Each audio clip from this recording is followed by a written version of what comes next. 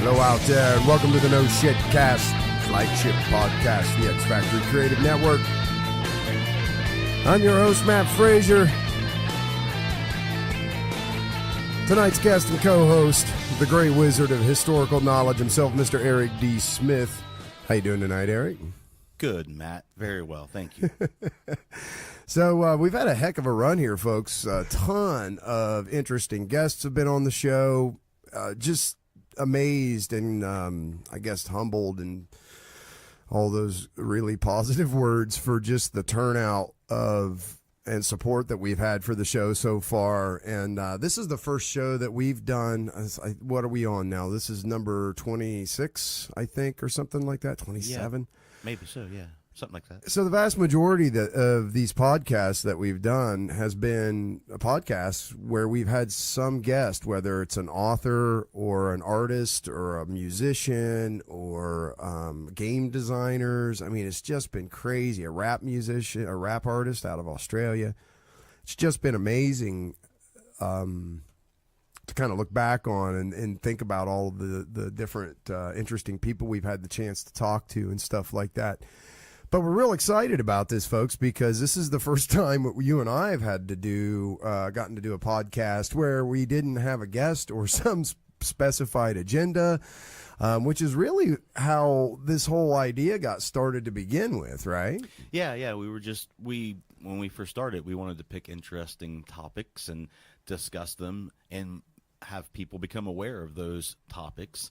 And that kind of morphed from that into wanting to talk about things that people were passionate about, because it's almost the same thing. It's still a deep level of appreciation of some sort of a subject matter that maybe not everyone would be aware of. So like when we were pointing people to things that we thought were really interesting when we first started doing this, we kind of ran out of things we thought were interesting, started inviting other people in, and hey, man, this stuff is interesting too. And yeah, it was an easy source of interesting topics. Yeah, is interviewing other people by far, because it's harder to interview yourself. Yeah, and definitely harder to hit something so in depth if you don't actually have a topic lined up, But there's a myriad of topics that can be recapped and or pointed to, and get people to check these things out and see what they think and find something out interesting. When I was thinking about doing this again, and I was thinking about, man, I got to come up with all kinds of interesting shit to talk about, where we wouldn't, a podcast where we didn't have a specified guest or whatever, right? But I just started programming again, primarily as my day job, right? My primary profession. And one of the things I like to do when I program is I like to have some sort of noise or something running in the background. And there's been an Ancient Aliens marathon on. So that's the kind of shit that's been, banging, feeding into my head. Trying to get out through the frontal lobe in some way. And it raises some real interesting questions, right? Because we were just talking about this last night, and you had this really interesting point about ancient civilizations, right? We were talking about how for some reason ancient civilizations felt the need to build these incredibly large structures and enormous structures and things like that, right? Not just enormous structures, but the need to make these enormous, because I had trouble coming up with that word, anthropology. Okay. The anthropological reason that you get for people building megalithic structures in that time period was basically a combination of that, because it was supposed to last, which is why they were working in stone, and that it was supposed to be big because it represented big ideas or the gods themselves and things like that, with the pyramids and things like that. But that's fine. I can get behind that. But the thing I'm having trouble with is, where did they say, let's do it in 50-ton stones? Right. Because because when you could build stuff, you could build enormous structures with a lot of little pieces. Yeah. And that would be far easier to do. And they did right? do that. Like before they started building pyramids, in particular the ancient Egyptians, they made mastabas, Right. which it's like an Arabic word for bench, and they started stacking these mastabas on top of each other, and that's kind of how the first step pyramids became a reality. And of course those were the earliest types of pyramids, was the step pyramids, and then later the normal kind. So when they were making these mastabas, they were using smaller bricks to make them and stuff, right? It wasn't until later on for them that they started using 20-ton, 10-ton, 20-ton, 30-ton sized stones to make these structures. And it's not just the ancient Egyptians. I mean, it's everywhere in that time period, in the Paleolithic time period. There's stones in Karnak. There's stones, of course, in Stonehenge. And these stones that they're building with, not only are they huge, but they're getting them from specific places Right. where only they can quarry these kinds of stones. Like they're using diorite stones, which are super, super hard, or sarsen stones, because of the color and stuff like that. So, Yeah, it's like they said, hey, let's do this thing, and let's do it the absolute hardest way you can. possible. What are you doing? Well, to we're just do making it. a circle, and we're going to put a cap on it. Well, that sounds good. Yeah, but 50-ton stones. Yeah. What? Right. Look, they don't even have the pulley. The ancient Egyptians, the ancient Celts, I mean, nobody really had a convenient way of moving large things. So where would the idea come from in the first place? Wait a minute. You got to explain that to me a little more, though. You said they didn't even have the pulley. No, they weren't. Yeah, but a pulley is an incredibly basic device. Yeah. I mean, everybody has a pulley. If you throw a rope over something, you have a pulley, right? So can you really say? Are you saying they didn't have the pulley, like with the wheel, with the pin and the bearing and things like that to reduce? Yeah. Exactly. Okay, like a mechanical Yes. pulley, but they could have thrown a rope over things, and they did, but they didn't have any type of mechanics to make any of that easier.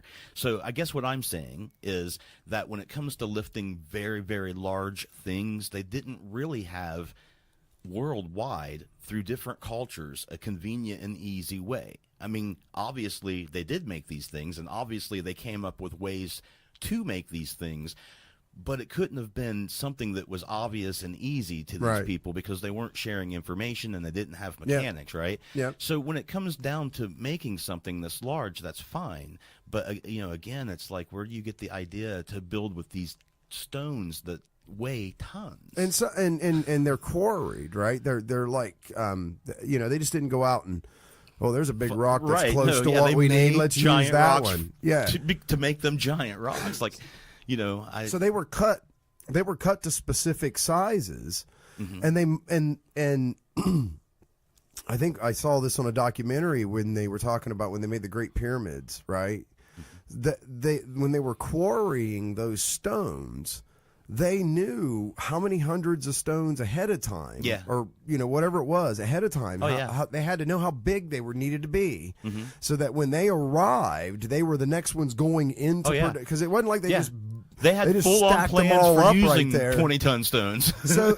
So if you think about the logistics of that, like today, that would be tough. We call it just-in-time manufacturing and stuff like that, and we use all of these incredible technologies and databases and computers and things like that to schedule things and make sure that because nobody wants to stock a shit ton of anything, because that's wasted capital if you're a business, right?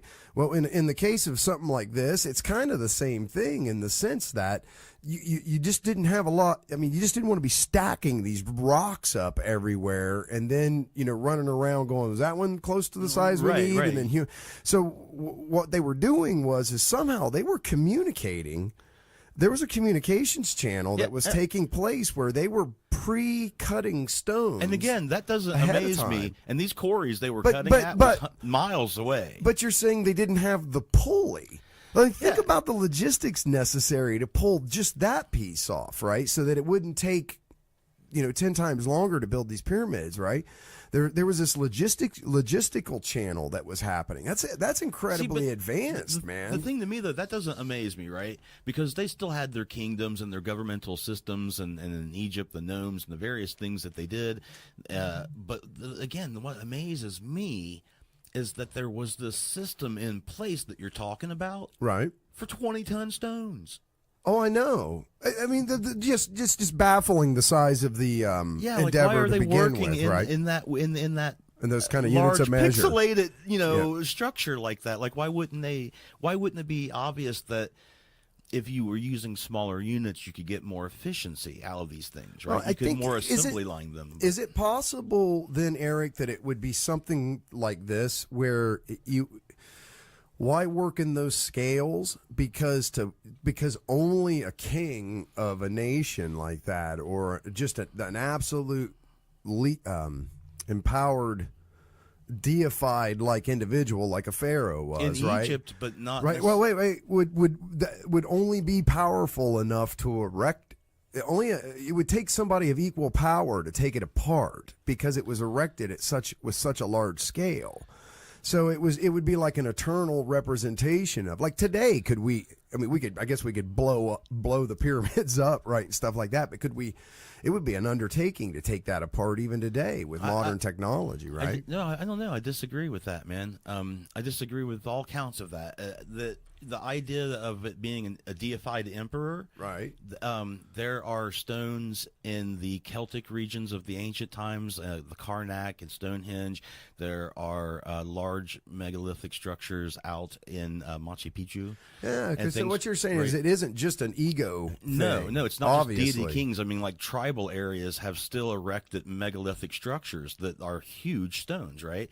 And figured out their own ways to do it. So it's not the common denominator is not how powerful the king is or who he can command or organize, right? Because that can be done on smaller, large scales we've seen in ancient times with the kingdom of Egypt and small tribal Celtic people who used Stonehenge, right? And when it comes to talking about disassembling them, if you're talking about disassembling them in such a way that they could reassemble them, yeah, that would be just as difficult. But they stopped, at least in Egypt, they stopped using these megalithic structures with these large stones because people were still getting into the tombs. I mean, even back in ancient times. It didn't prevent. So you're saying that it was well? Okay, so then that answers your question, doesn't it? Then it was done. It was originally done as some sort of security measure. No, because there were things like hinges, which are basically stone circles, and there was lines, and there's like the Nazca lines. There's all these large megalithic structures that aren't trying to encapsulate or protect or be a tomb. They're for diverse reasons, and in a lot of cases we don't even know what the reasons are for, but they were definitely useful to the cultures that made them, and they're not something that tries to encapsulate or protect in every instance. But in every instance, they're using, if not stones that weigh tons, like tens of tons, they're making these giant lines across the desert, that are absolutely straight.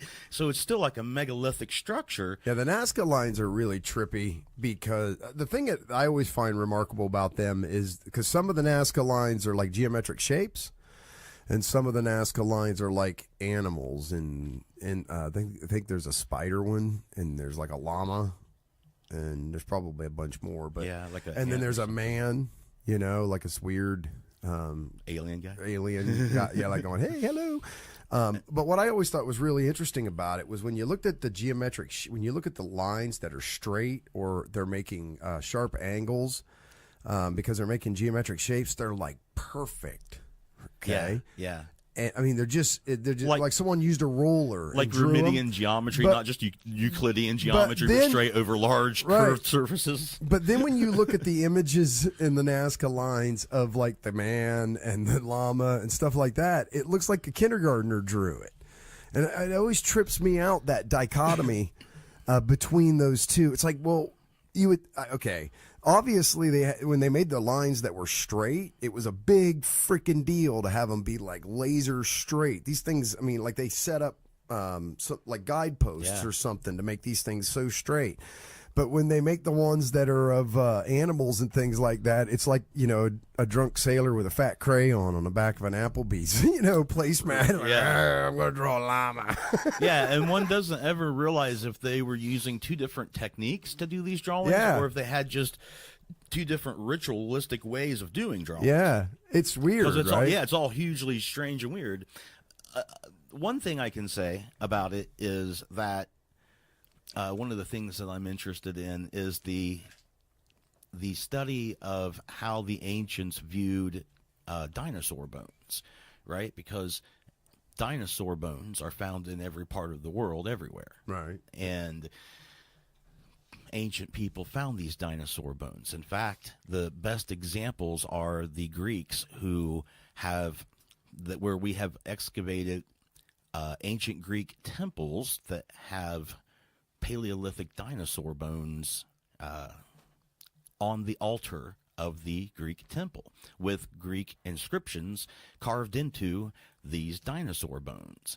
And there has been a couple of studies where people have researched the legends of the Greeks on how their deities fought the Titans and had battles with the Titans, which were the early gods of their mythology, and looked at where they said these battlegrounds took place in their mythology, and have found that in almost every case where these battlefields were named in the Greek mythology, that they lined up with places where dinosaur graveyards were found, where there was some geological area.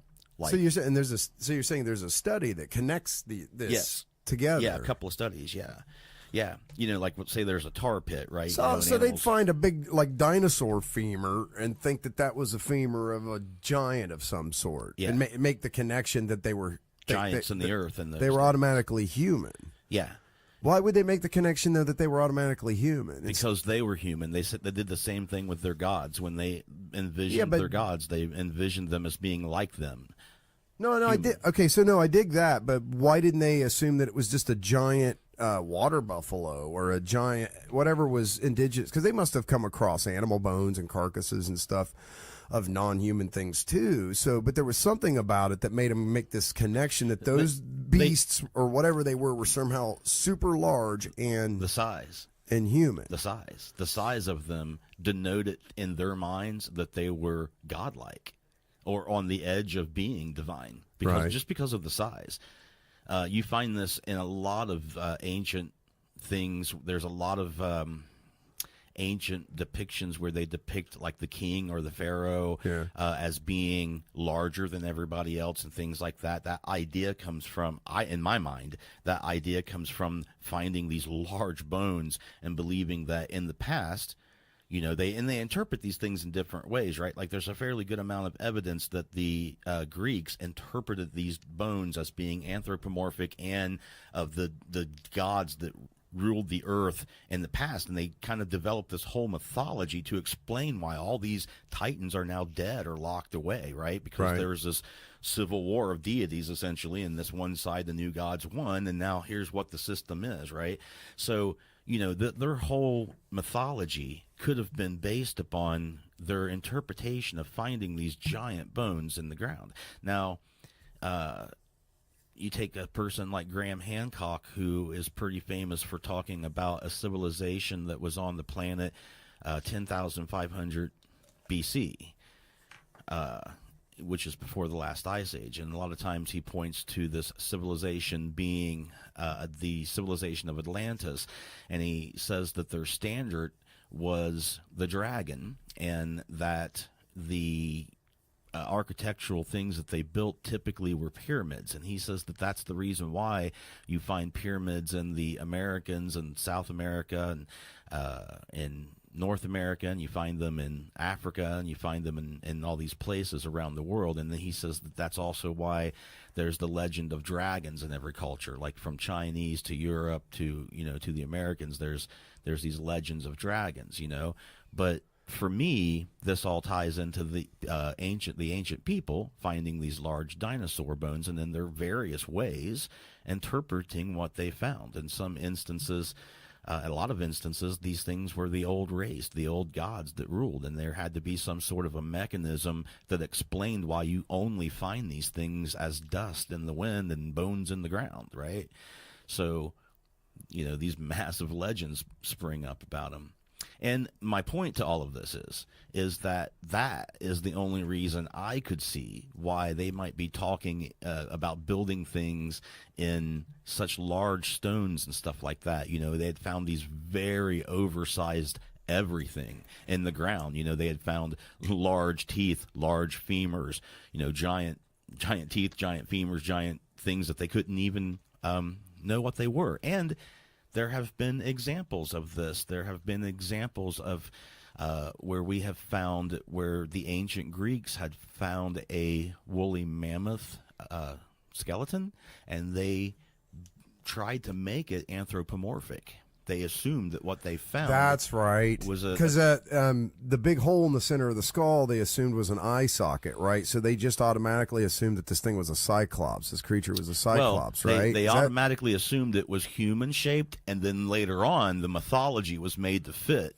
what they had found, right? They knew of these things. Other people had found these things, but what are they? Well, we found the 2 or 3 of them. There must have been giants in that day, back in the day, and what happened to them? Well, and then you start looking into things like the Odyssey, where the Odyssey and the Iliad, and the Odyssey where they're talking about Odysseus fighting the Cyclops on an island, and that Cyclops is the son of Zeus, right? So you find that these things that they have found in the ground and tried to make sense out of, they've done the best of doing that and putting it into myth and giving a reason for its existence and its reason for not being around anymore, and trying to place it within their cosmology, right? It's funny, isn't it? Because it's the same story today. It's man trying to figure out how it actually fits into the grander scheme of things and fit itself in some sort of, like you said, whether it's a mythos or ancient historical story or whatever. The story sort of gets warped around what they currently have, what information they currently have. Yeah, working as best we can. This is what we know. They call all the elders and the wise people in to look at the skeleton. What do you think these giant skulls? Yeah, and they're all just looking at it, going, "I ain't got a clue what that is." Yeah, but it was hard to kill though. Yeah. But it took like gods to kill. Yeah, probably 2 or 3 gods had to band up against it, or a hero maybe or something. Or... It makes a lot of sense though that I guess when you kind of look when you think about it that way, because you got to put yourself in the mind state of a person of that time, who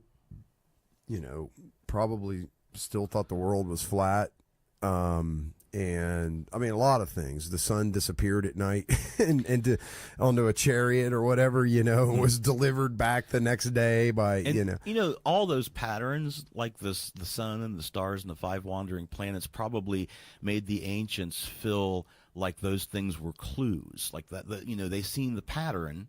They also seen the randomness of life, what they right? saw, But they seen deeper within that whole randomness. They did see some patterns, right? They knew that understanding those mysteries would be key to something. Yeah. If you could actually get down and completely understand those mysteries, that there was some sort of truth or knowledge that was inside of it. And I think it's because of that. They see randomness and chaos everywhere in life, but yet there's these 5 planets that they can predict. Right. They see randomness everywhere, but all of a sudden they can predict a lunar cycle. Right. They see randomness everywhere, but all of a sudden they've got the equinoxes and the seasons and the planting, and it's like, so in all of this weird chaos, there's all this weird deeper structure meaning. too. And if what the hell? Yeah. So I mean, that's the kind of mystery, natural mystery that gives rise to things like alchemy, right? That weird blending between real and mystical. And it also points to the idea, how we've in the past talked about how psychogenic substances give rise to the idea, stoned ape theory, right? That there's this other world that if you take this substance, you're going to be able to bridge that gap. This deeper level of knowledge that we're talking about in these patterns also give credence to the idea, when you're not stoned, that there's this deeper level. right? So you start putting in psychedelics into that, and every ancient religion was connected with psychedelics. I mean, we talked about that in the other podcast and named dozens of religions that back to various different psychotropic substances. You start combining these things together, this deeper understanding and this deeper level of connecting within yourself. There's your basis for mysticism. There's your bridge to a metaphysical world. Does it make it less true, less real? No, not at all. You know what I mean? That's because isn't that really the last mystery that everyone's trying to solve? Well, not the last mystery. You know what I mean? That's one of the great mysteries. Is it all by accident, or is it all by some divine plan? Well, I don't know about that, but I don't think that it makes. I don't think any of it's any less real. I mean, psychotropic substances and the chemical reactions that occur on a quantum level are real as it gets in reality. And there is no denying that there is a separation that needs to be bridged between the macro and the micro, or in this case, the quantum. You know, there's definitely got to be that bridge, and you see that bridge in photosynthesis in plants, and you see it in chemical reactions, and of course, like when we talk about the objective orchestrated reduction theory, it's talked about there. And that brings me to another thing that I wanted to mention. When we were talking about Orco-R last time, and we were talking about how there is on a Planck measurement level. You're talking about the Planck scale, the smallest possible unit of measurement. Yep. On that scale, this theory, and Roger Penrose believes that the space-time continuum has a structure to it. And it's that structure that is superimposed with a certain number of choices in any type of particle that is in superposition. And if you were to subscribe to the idea of objective reduction, you would also have to subscribe to the idea that there are no parallel universes, because the whole underlying principle of objective reduction is that a particle in superposition is either going to continue to be in superposition and create two different universes, or it's going to collapse into the wave function of the superposition is going to collapse into reality, and you're going to get one reality or the other, like they talk about with Schrodinger's cat, where the measurement makes this thing go from the probable to the certain, right? Okay. So if that doesn't happen, if it doesn't go from that, then you have so many probables that branch out. And this is where they get that idea of the parallel universe, that, you know, superposition could imply that there's two universes beside each other, superimposed, right? But why only two? Well, no, there could be, I'm using two as an easier number to just talk about. I mean, there would be billions potentially in this theory. Okay, because I thought you just said that it means, if you subscribe to the orchestrated reduction, that it means that you only believe, that you don't believe in the multiverse, you only believe in two universes. Oh no, you would just believe in one. Because what would happen? Yeah. Sorry, go ahead. One reality, or one reality. There wouldn't be like a multiverse. If you subscribe to that Orco-R is true, that there is no multiverse. Right, because part of Orco-R, a main part of Orco-R is objective reduction, which objective reduction, what that does is it takes a particle that's superpositioned, and as that superposition grows, it can only get to a certain level, and then it collapses in on itself and becomes reality, right? Okay. So that's like one way of looking at it. The other way of looking at it is when it splits off and creates its own universe, where that universe is slightly different from this on the level of these subatomic particles, right? So you end up with jillions of universes, potentially parallel universes, where every time something in superposition doesn't collapse back into our reality, creates some other reality. If you haven't listened to the Orco-R podcast we did way back, I don't know, 7 months ago at this point. BC. Yeah, right. Eric, kind of break this down, what Orco-R kind of from the 100,000 foot level is. It's sort of an explanation for things it has some real interesting ramifications if it were to ever to be proven true, and some of those ramifications are support for supernatural phenomena, or what we would consider to be supernatural phenomena today, right? So if you wouldn't mind, kind of recap what it is. In the simplest of terms, it's just a theory on consciousness. You know, when consciousness being,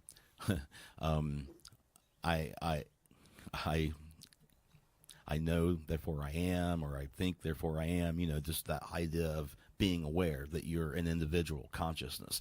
Like the classical idea of how that happens is that with enough data and enough switches that you're going to have what's considered to be emergence. You're going to have an emergent quality come out of all of this information, and that the interaction of all this information is you know, which is basically saying that your personality is in your head.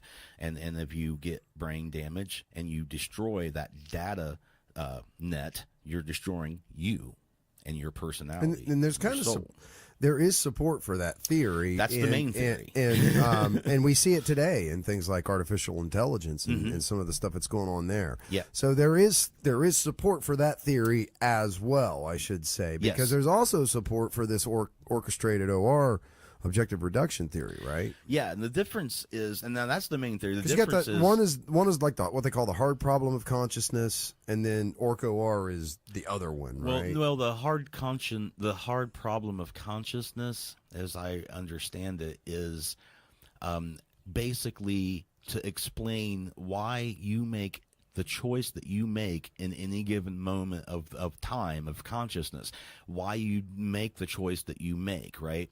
That's the hard problem. The easy problem of consciousness is that you are aware of things and can make a choice. The hard problem is, how do you actually make that choice? How does that happen? It supposes that it's all life experiences and biology, right? Like that, information. So that it's 100% explainable through biology and information. Yeah, that's the classic view. So basically saying that if you program a computer thick enough, it'll be aware enough of the variables, and it will just make a decision. It just happens, right? Nobody knows how it happens. It's in that view, it's almost magical, right? Yeah, just keep feeding it information, and one day it's able to wakes up. It wakes up, yeah. So to me, that's kind of like, I don't know, that's a little bit of magic or something, right? That's just, but I don't know, right? The difference in this is that it's saying that there's with OR theory of consciousness, it's saying that there is a connection between things that happen in the quantum world and things that happen in the macro world, the big world, right? And that borderline of where that happens is right on the borderline between the normal units of measurement and the Planck unit of measurement. That's where that occurs. That objectiveness between these choices that you're presented with happens at that point.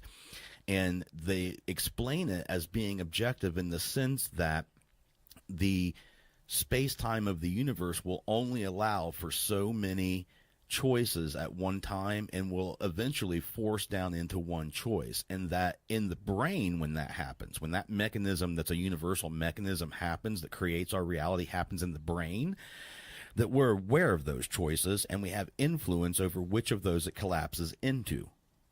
That's the difference. So what it does is it takes the magic out of just, keep feeding it information and eventually it'll make a choice and become alive, into a actual thing that the brain is doing that mimics an idea that we have about how the whole universe and reality works, and that it's using that mechanism and kind of capitalizing on it, and it's that gives us consciousness. And gives us a consciousness that's not predetermined. A consciousness that doesn't appear as like frames on a film. It gives you that continuous state of consciousness, because that collapse is continual basically until you die, kind of thing, right? Yeah, and perhaps even after that. It's but where the woo starts, I call it the woo, right? The woo. Where that starts to happen, the woo-woo starts to happen, is when you start to think about things in those terms that, okay, so if consciousness is quantum, Okay, and what we do understand now, I think, is that everything that's quantum entangled is quantum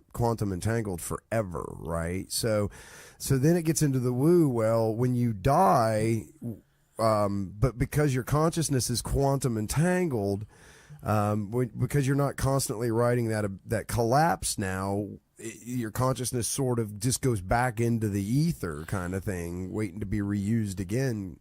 Sort of idea, right?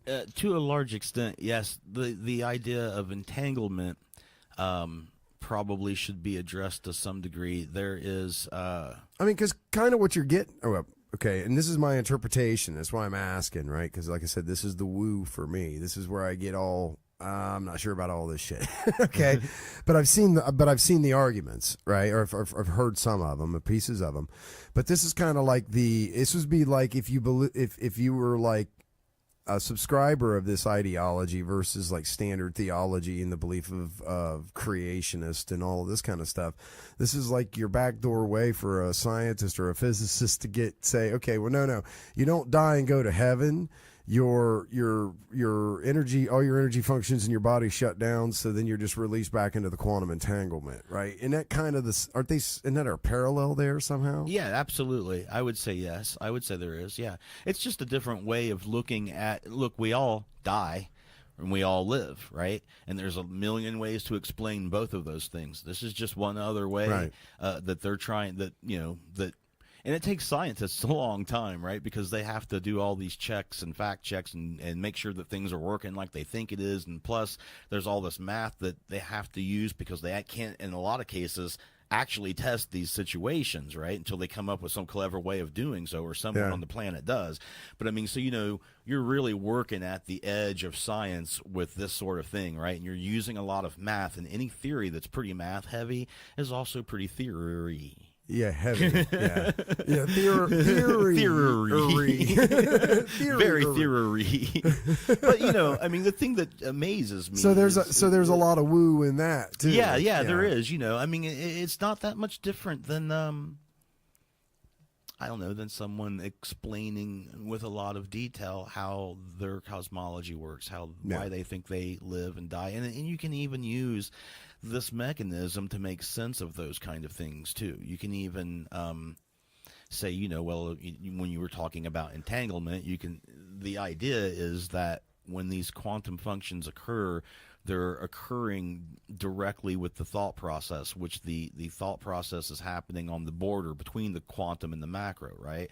So that when this occurs, this is how you store memory, which looks to be stored as a Fibonacci sequence on the microtubules in your brain, right? Which is like the cellular skeleton structure. You're not saying Fibonacci just because it's a cool word, right? You're talking about like a helical type collapsing. No, I'm talking about the sequence of numbers, and that if you plot that out on a graph, you would have what they call a golden spiral, right? Yeah. So this theory says that when these decisions are made, that this information is encoded in that fashion on the skeleton of cells, the skeletal structure of the cells in the neurons, right, where all of this energy is interacting with the quantum world through the vibrations of the skeleton of the cells. And that because of that, that's how this information is getting stored, which is also a mechanic inside of this theory that explains how it is you remember things, especially things that you just discover. Right? We're not talking about memory recall, but we're talking about that process that encodes something that happened that looks like it was a variable circumstance thing that happened to you into your mind forever. And that this is how this mechanism works. So it talks about that. And in that process is the idea that the neurons, the cells that make up the neurons of where these are encoded, become entangled. Quantumly entangled, yeah. And once something is entangled, and first of all, let me say that we don't actually know what entanglement is. We see it, and we've made it happen, and we've used it. We can duplicate it. Yeah. You can test it. You can peer review it. It's a thing. Yeah, but we have no idea. And when I say no idea, I mean to the point where some people would say that quantum teleportation is what they're using in Star Trek when they beam somebody, right. and that what actually happens is they're making copies of other atoms that are at the location of beam in to be copies of the atoms that they beamed out, and that for an instant there is a duplicate, but one body is destroyed when they beam somebody. Could you imagine that, man? I'd go get fucking shredded, like peak performance, and then I would just beam a copy of myself new every day. Well, so I feel amazing. This is the best me I've ever been. Boom, copy.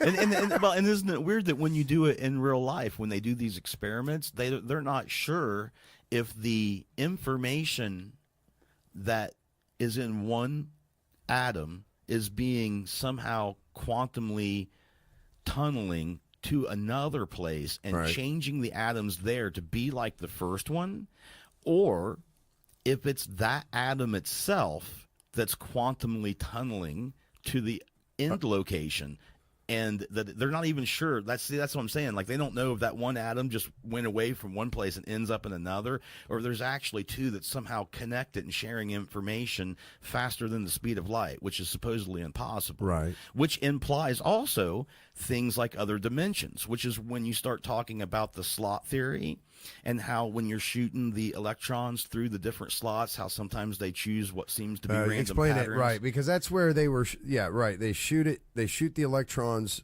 It's a spray pattern of electrons that goes through two slits. Yeah, and it gives a wave interference but, pattern. But on the when it other actually side. hits on the other side, it seems to create like a picket of which is a wave interference pattern, which makes people like the only way you normally get that is if the thing you're shooting isn't just a particle, right, which you just shot. But there was something big that just happened with that whole theory recently, right? They think that happens. They think what it's called is pilot theory, and that it's like more like when you shoot a particle, that what you're doing is you're transferring that energy without shooting it anywhere, and that energy goes into a ribbon. It spreads out into a large location, and that somewhere in that location the energy is higher for whatever reason we don't know than another place, and that it's that place where the highest energy point is where that thing pops back out, right?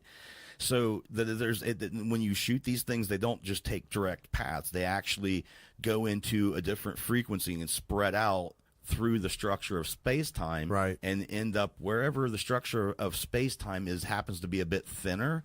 The energy sinks to that point and pops out there, and that's also kind of how they started talking about things like vacuum energy. That those particles that pop in and out of which make nowhere. Which make that electromagnetic or that impulse drive actually work. Right, and that's why they were thinking that it was because at first it was like this thing's breaking the laws of physics here, folks. There's something. This isn't, this shouldn't be doing this. But now it's not. Now that because of that, they're saying that those particles are popping into existence inside that vacuum drive, right? And then popping out. Yeah. But that's where it's picking up its inertia from. Yeah. And people don't know if that's one atom going from, or one subatomic particle going from one place to another. Right. Or if that's superposition, it's in both places, or if it's entanglement, it's sharing information with another thing somewhere else, and how one reacts the other does. They're not even sure exactly how that all works, but the significance of this thing, if for those that aren't aware, this new, it's propulsion without expending a consumable fuel. And for a spacecraft of any type, that's huge. That's a game changer, right? And the article that I read, I think, said that because now they understand how it's actually working, they now understand how the geometry of the enclosure affects it. And they think they can get like a 10, I'm making this up, 10-fold increase in its actual thrusting capability, okay, which is for the same energy. Yeah. Okay, so and anytime you can increase more of something for nothing, that's just brilliant. Yeah, it's huge. That's what we want from our scientists. Look, we have nothing. Can you make something out of it? Well, of course I can. Well, can you do more of that? Well, yeah. We're on, man. It's not something that you're going to build levitation devices out of anytime soon. Well, I say that, but as we understand it, it's not going to be something that they're going to be building any kind of anti-gravity levitation devices or anything And out of. that's within reach now too. But with spacecraft that you're like long range space, it doesn't take a whole lot of energy to kind of, hey, I want to nudge you to the right here a little bit because we're going to stick you on a different orbit, 3 years in advance kind of thing. It's a big freaking deal in that case. And just to be able to use electricity or solar, which you can convert with solar energy, right? It's a really interesting proposition. But the point is that so the function, the reason why in physics that engine functions, it kind of harkens back to this whole concept of quantum entanglement and particles popping into and out of existence and things like that, which all kind of, in a strange sort of way, goes back to this. Leads to entanglement, which leads to the idea that you might be life after death in a theory like orchestrated reduction or orchestrated objective reduction. Well, but that's what I mean. There's a that sort of supports this too. On the other side of the fence from where artificial intelligence is saying that there's a lot of support for the more complex the algorithm becomes, the more it sort of develops a personality or even affinity with the universe at large that exists with reality. Like the more complex it becomes, the more integrated it can become with the reality that we have. And of course, those are the concepts of things like OR and stuff are the concepts that we start talking about when we talk about chemical reactions, because those are one of those boundary levels like this theory talks about with conscious choice. Chemical reactions, photosynthesis and stuff like that are also on that boundary between the quantum and the macro world.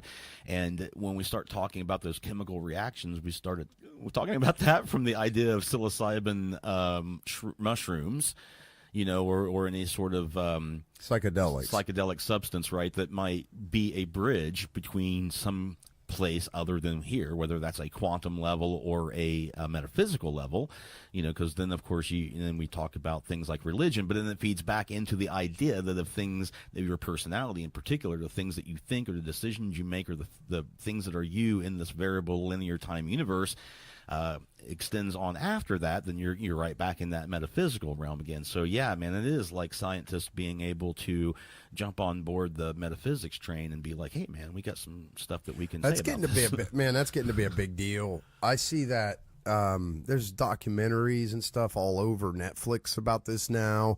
I see there's a lot of celebrities and stuff that are what was it, she was in the Avatar movies. She was, or in the first Avatar movie, she was the helicopter thingy pilot, where they're going down to South America and doing these retreats and stuff like that. And these people are like supposedly having these like crazy, profound, life altering experiences and stuff. So much so, like I said, that they're putting big money into it and making like a whole documentary about it. I think it's called. We've talked about it before. I always want to call it a Hayabusa, like the motorcycle, but that's not what it's called. What's it called? I can't remember. It's something like Ayahuasca or something. Ayahuasca. Yeah. That's it. Yeah, and it's some sort of plant, and there's a brewing. It looks like there's like a brewing process or something to it. The main component being DMT. Yes, that's the shit that makes you go talk to the aliens, right? Yeah, right. Yeah. In fact, Sting's biography opens up with him doing that. Doing the ayahuasca stuff? Yes. Like in South America? Yes. That's where it's at, right? I believe so. Yeah. But that's what's happening. I mean, these people are having these profound, like, life-altering experiences, and they're doing that today, right? So if you were some caveman strolling through the Serengeti or whatever, that's probably the wrong place anthropologically, but nonetheless, and you find these, hey, look, these mushrooms look interesting, and the next thing you know, you're communing with the great spirits, as it were. You're going to remember that. And I think that there's support for that being a precursor to things like religions and possibly and spiritualism and stuff like that, right? Because didn't the Native Americans, wasn't that part of their process for communing with the Great Spirit? They had peyote. And they used that to enter an altered state, right? Mm-hmm. And that's just what we know. I mean, when we came over here and basically destroyed them, we didn't ask a lot of questions in a lot of instances. That there were, and before that there were in American Indian culture there was a time when there were a lot of different tribes, and then they sort of got subsumed into, I believe, the 7 main tribes. So in that process, there was probably some culture that was lost as well. But no doubt, if they were using peyote at all, and that's something that we know today so readily, they probably had other substances that they knew about and used, not only for communing with the metaphysical world in terms of psychedelics, but also in medicinal, holistic ways and stuff. When we talked with the Codys, that's one of the things that they still use to great advantage today is that type of information and stuff. And, living now, today, gives you the luxury of pulling from all of these disparate cultures and stuff, and the different things that they used and what they Well, they're used them certainly for. becoming universally cataloged with the internet and the availability of information and stuff like that, right? Yeah. Or more easily accessed, nonetheless. And I suppose all religion and science is really just an attempt to help us integrate into reality in some way. Yeah, but I'm a big fan of the whole science thing. Yeah. Because it can be because it can be tested and repeated. You know what I mean? So that's for me personally. I mean, I don't know if anybody gives a shit about this, but I sort of break down on if I can, test it, measure it, these kind of things, then I believe it. But beyond that, it's just woo.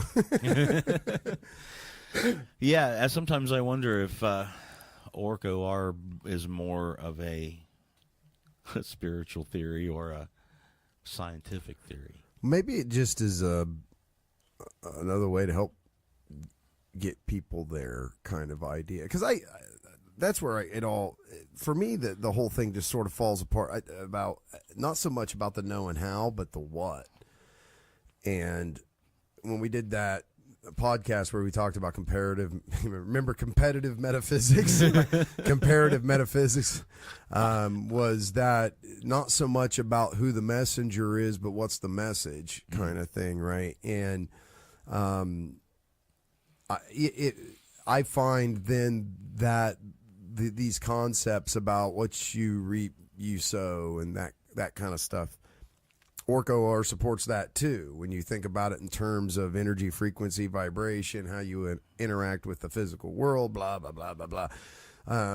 You sort of pick what you put out there in the way that you interact with the universe and the people around you and things like that. So you do have a predetermination, in a sense, of what kind of effect you want to have, thus what kind of world you want to live in immediately around you. From the Planck level to the macro level, you do. And what's trippy about that is, I mean, that's self-help 101. That's like, Dale Carnegie, How to Win Friends and Influence People, right? That's all the same. It's funny. It's a universal tenet. And it wouldn't be surprising if it weren't true, right? But that's all. It's just another way of supporting sort of the same ideology and the same kind of ideals that we just see keep popping up over and over and over and over again. I feel like we don't know as much. I know that most conventional science would disagree with me, but I feel like we don't know as much about the macro world as we do the quantum world, because, most people are like, yeah, look at all this science we have in physics. All of physics represents the macro world, and we've got that shit down, man. We can calculate some stuff and it'll happen, right? But the quantum world, we don't know, man. Things are a little uncertain. We're trying to figure it out and we don't know, right? But when you're looking down to a quantum level, the further down you get to that level, you see there's the mechanisms of the universe. Right. The universe came from the small and got bigger, right? And all the mechanisms are small mechanisms. There's not as many large mechanisms. Yeah. And what there is of the large mechanisms, we're not really sure about those things. Like, we're not really sure about gravity. We can kind of explain it with the Higgs boson on a quantum level. Isn't that weird? Because we've been using math for it on a macro level for a long time, but our best explanation for it is on the quantum level.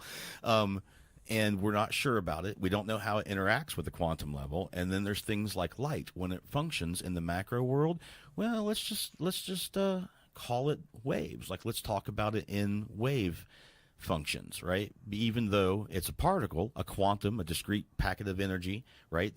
How we understand it quantumly, when it happens in the macro world, we're still forced to consider it in a different way. And even worse, we have to consider it as gravity affects it, which, as I just said, we don't exactly know what that is, right? But it does bend this stuff that we normally consider to be a discrete individual particle, but somehow, like, in our world, it's a big giant wave and it moves around with this other shit. So, like, to me, it seems like we know a lot less about the macro world. And given that, in terms of the macro level, that the main things are gravity and light, right? What is all the space for? I mean, I get that whole shrinking down, because as you shrink down, there's all these constituent components, right? Like, well, you need this for this and this and this, right? In our world, right?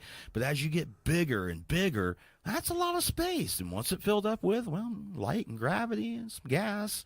What's it do? It hangs out. It's kind of affected by dark matter and dark energy. Well, what's that? Well, we're not sure. But it seems the whole function. You know what I mean? Yeah. Like, it doesn't seem like you know a lot about it. And what's all the space for? Yeah. Right? If you confined our universe to 1 parsec. Yeah, but we can still function in every way that we have and evolved in every way we have, right? We really need a giant universe. And I freely accept that the universe is still full of mysteries, man, but I don't think that they're all woo. I don't think that they're all like... Well, now they're saying there's going to be 100 times more inhabitable planets in our galaxy alone than they thought. Okay. So when you say that you don't think there's going to be found to be any more woos, woo is in like spiritual, or not spirit. What am I trying to like giant gods and lightning bolts and miracles. What about and alien like species? I don't think that that's woo. Okay. I just think that I think we may find, if we ever do. Yeah, and I don't want to go. We're going down the rabbit hole. Yeah, I remember that. Hey, man, the legitimate scientists that are not into all this quantum theory stuff. No, I dig that. They're like, hey, man, there's a lot of inhabitable planets out there. Well, I'm not saying I'm into it either. I just find the topic fascinating. You know, the whole thing. I mean, look, it's a theory. It's not an orco or law. It's an orco or theory. It's just some supposition, some people going out and saying, hey, look, there's some kind of interesting support for this. Definitely. Realistically, planets around other stars that could inhabit life. The woo to me is like when you start getting into like divine guidance, like that there's some boogeyman or great creature or being in the sky that's watching you 24/7 to judge you for everything you do, and that if you believe hard enough, or that you can make miracles happen and all this, and I'm not saying that any of those things happen.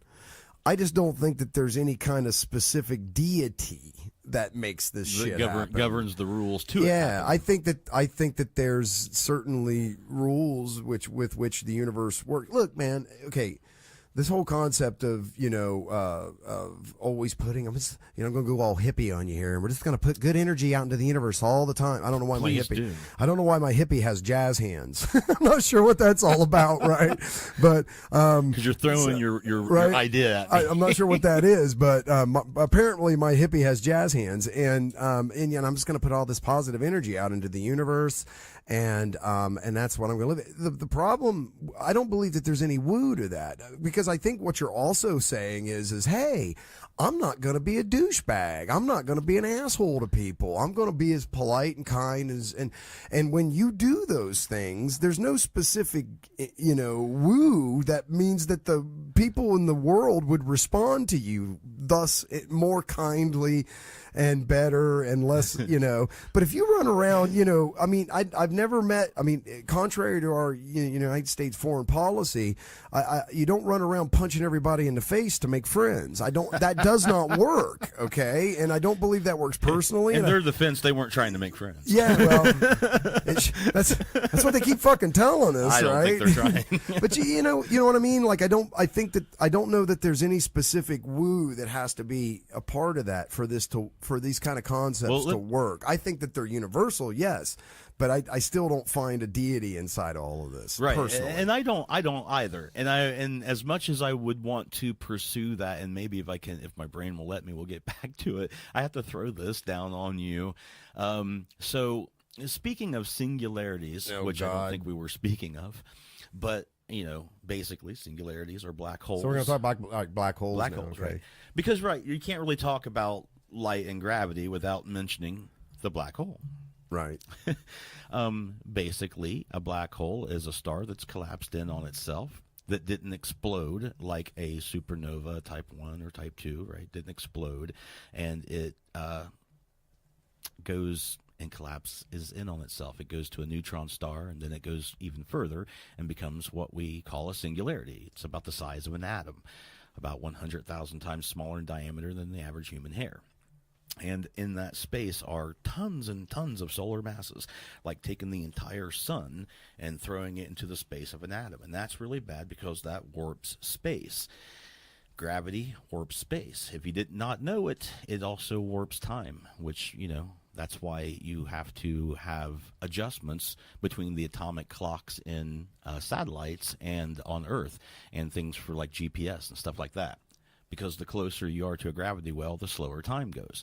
So these runaway collapsation of stars get so bad they become singularities, and they create around them this thing called an event horizon, which is the black hole in and of itself. It's that point at which once you go past it, you can't get back out, light can't escape, and of course it's the definition of the blackness of the hole itself, right? Inside that somewhere is some little atom causing this to happen.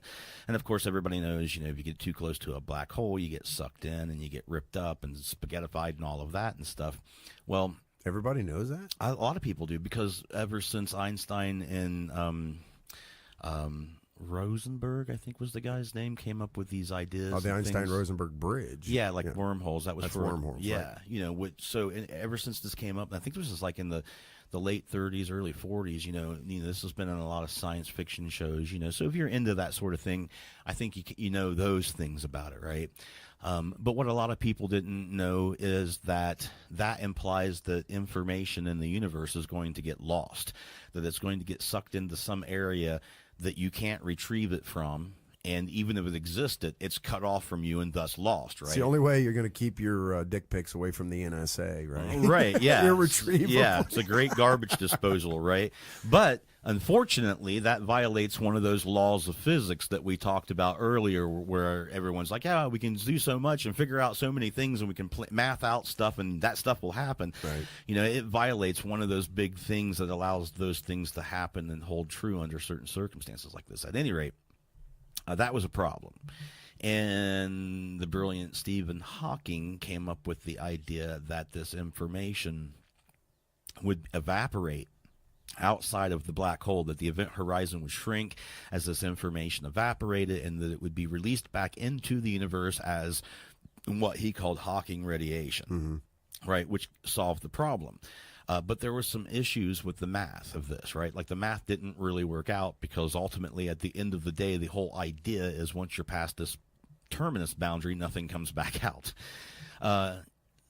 Leonard Susskind comes in, and Kip Thorne, and Stephen Hawking have what's called the black hole wars. And essentially, these wars are about the preservation of information. Fight, right? Yeah. But when they fight, the prize was a year's subscription to Playboy magazine.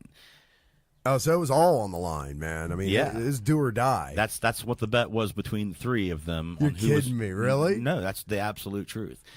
They were determined between the three of these people. Kip Thorne is also another big guy in physics, especially concerning black holes and things like that.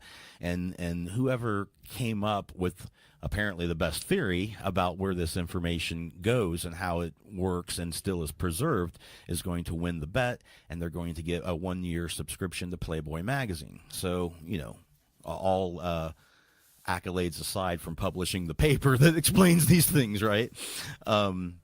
So they go at it, and eventually Susskind wins the war, and his his idea was, I mean, wins as in then the other two said, nope, you're probably right. Everybody who looks at the math and the idea says this is the most reasonable and sound explanation for what we can observe and what we see, and for the other math around it, and also explains how information is not lost.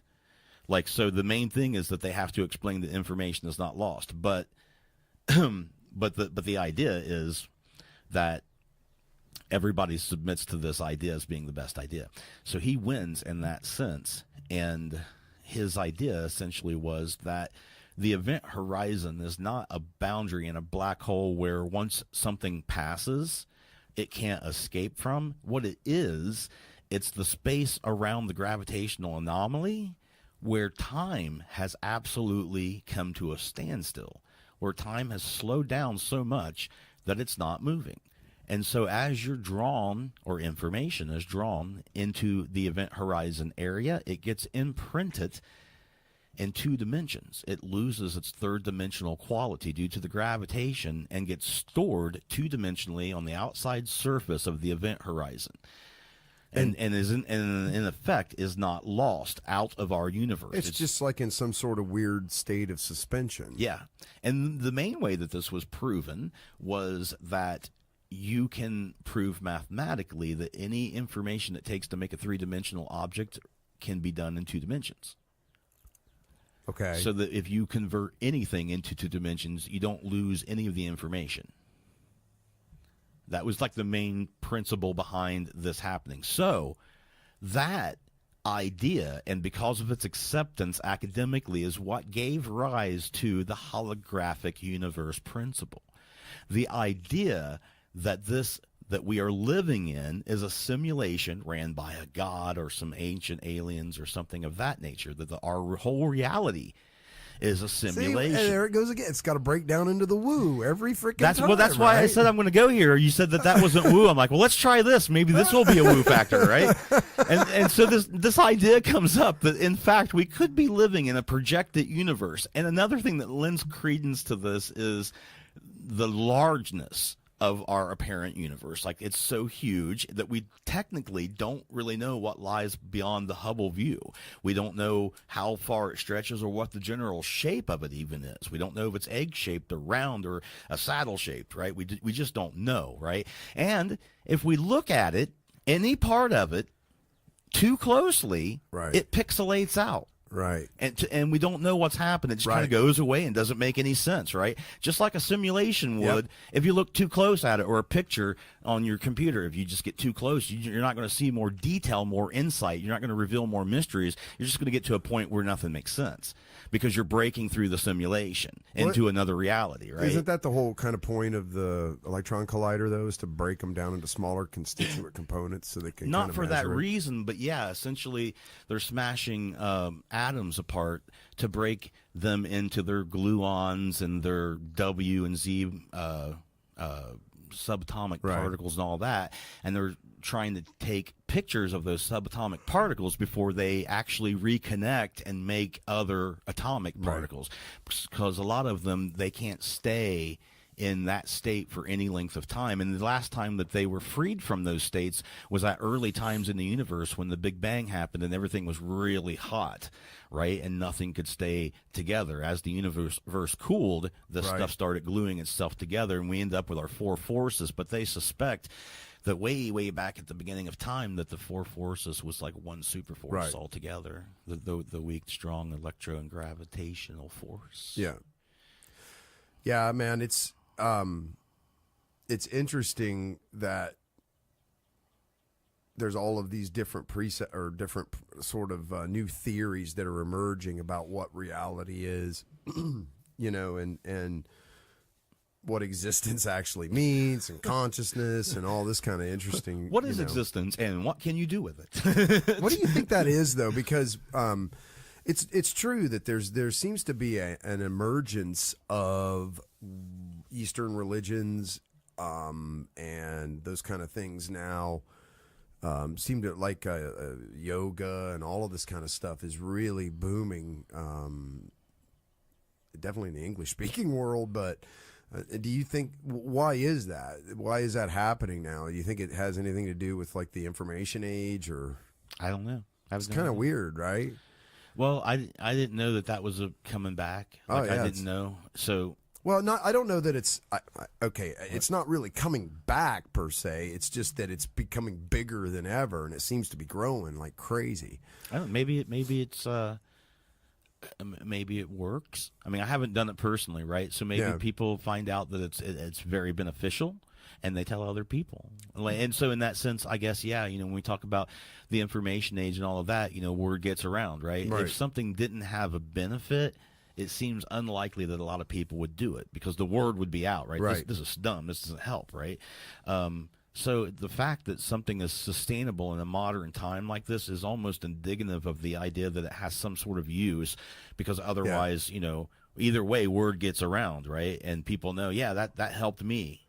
I have had a lot of people tell me here of late that I should do yoga for various things. Yeah. So in that sense, I guess I've been awakened to the idea that, and also with some of the guests that we've interviewed and stuff, like it has been brought to my attention more so now than in the past, but and I guess it is because of media technology, because that's how I encountered most of that information. Yeah, and I'm not even just talking about just the physical act of practicing yoga, right? Because there's that definitely. The like exercise, but then the whole studying the philosophy behind it and stuff too. I see a lot more people embracing that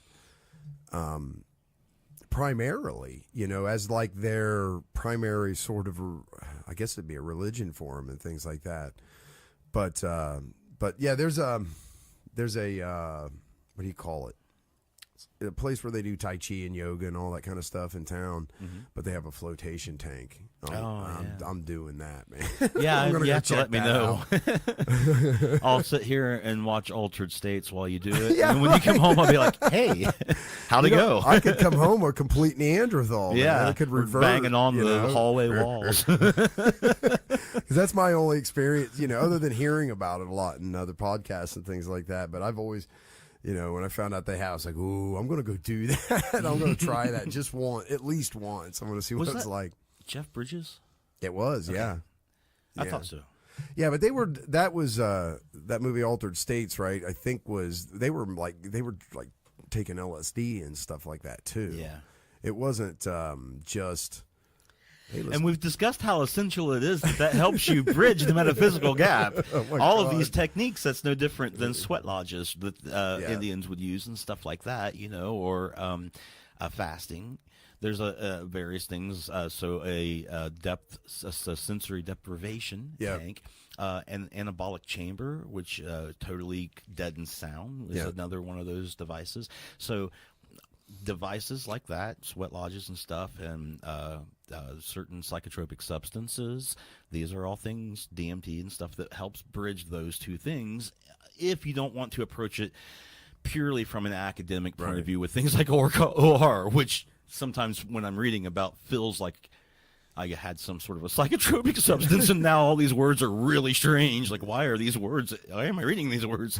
What do these words mean? And they all have weird meanings too. There's definitely something you're fascinated. I just like the way that it ties. It's an interesting theory that ties together like physics and some of the woo in the world, and it kind of says, well, look, here's a theory in biology and chemistry and all this, and kind of gives a real interesting way of putting it all together. I find it as plausible as anything else. Yeah, exactly. Okay, absolutely. And at least as plausible as anything else. Yeah. When it comes to things like religions and dogmas and stuff like that, for sure. But we do definitely share a love of physics, but we share a love of physics for a whole entirely a different reason. And that reason being, you and I both enjoy watching people wreck themselves in videos on the internet, right? Oh, God, yeah. I mean, is that not the weirdest guilty pleasure in the world? I don't feel guilty at all when I watch an hour and a half of people getting ran over by bulls. I laugh so hard. Man, everybody thinks that they're slick until the bull runs them over, right? And then they seem a bit dazed. Like, wow, man, what's going on? Am I in Spain? That's weird. Yeah, then they get hit again.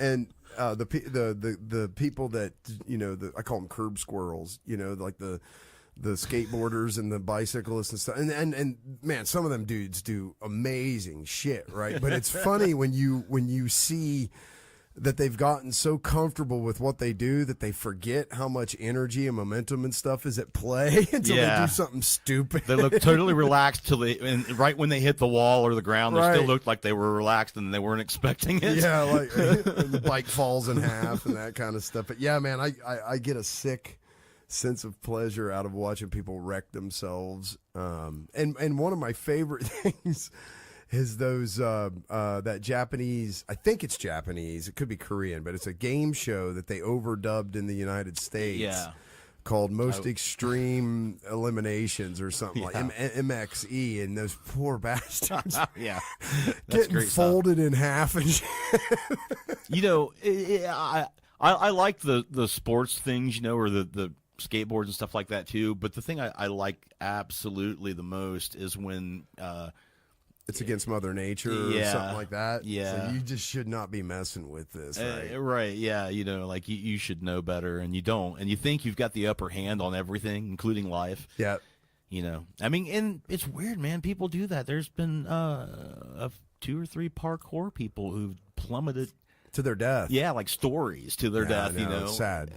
I don't know if it is or not. I don't know. It's sad for their families. Probably, yeah. I guess I don't know, man. I mean, like I can't even Some get of that to shit, doing dude. that the first place, man. I don't know how you. I was like, man, I don't even know how you do it. I don't even know how you get there. I hate that when someone on Facebook will be like, "Oh, check out this cool video," and it's some dude like hanging off of a tower, like a radio tower. Freaks and stuff me like out that. right And I'm then like, and there. I hate those videos. I'm like, I don't even want to watch this. Ding, ding, ding, ding, ding. You said the words. Yeah. Radio tower. Yeah. That's the magic word. Now let's talk about number stations. You want to talk about number stations? Well, I wanted to mention number stations. All right. You guys got to check out number stations. Number stations are generally shortwave radio station broadcasts that have been broadcasting since World War I, not before, and still to this day.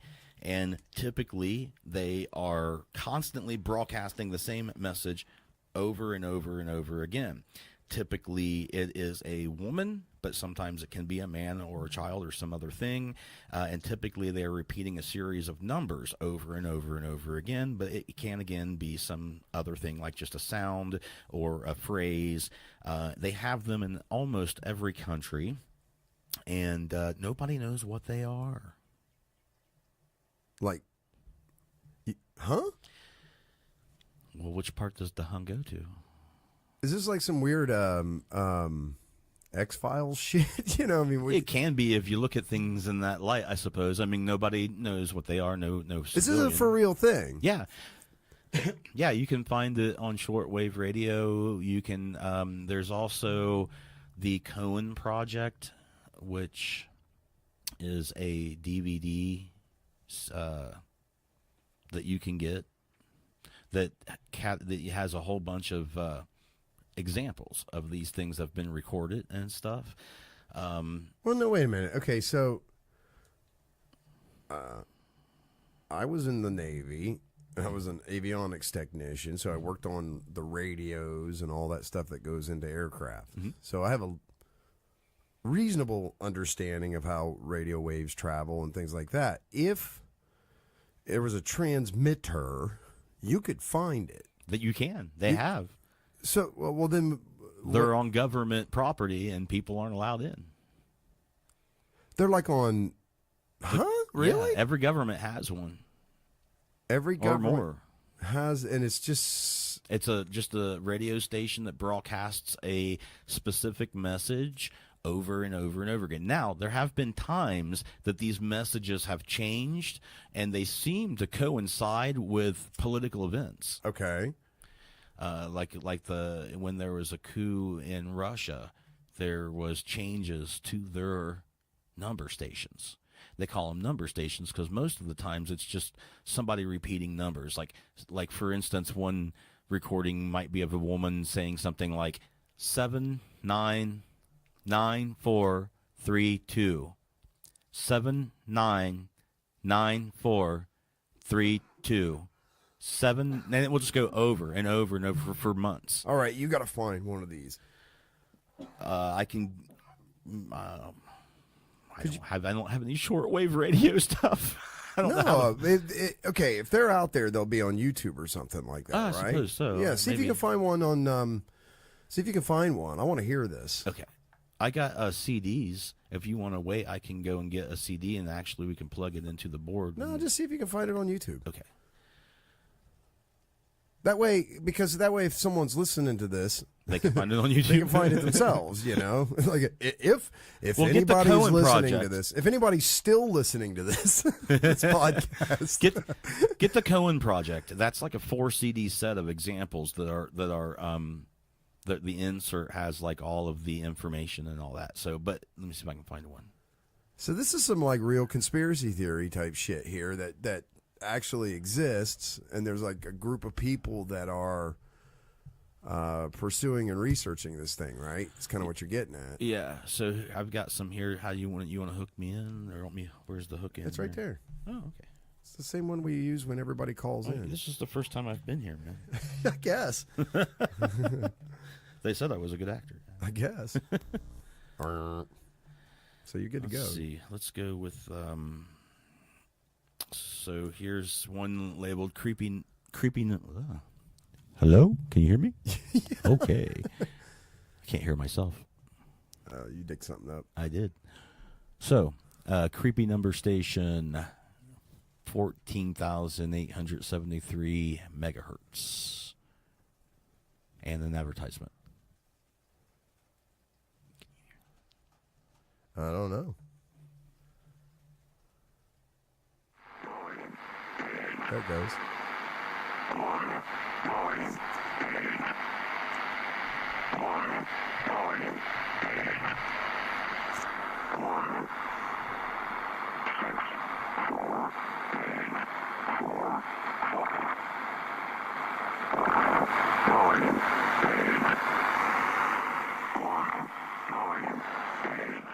Sounds like he's saying 1.8.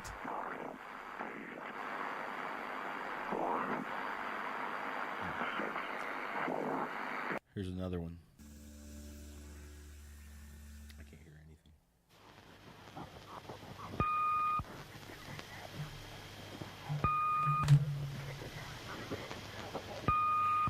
This one's just beeping.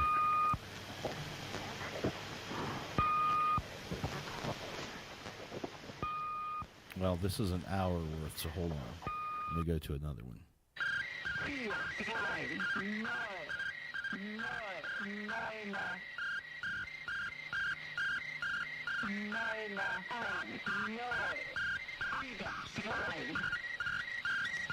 Here's another one. Here's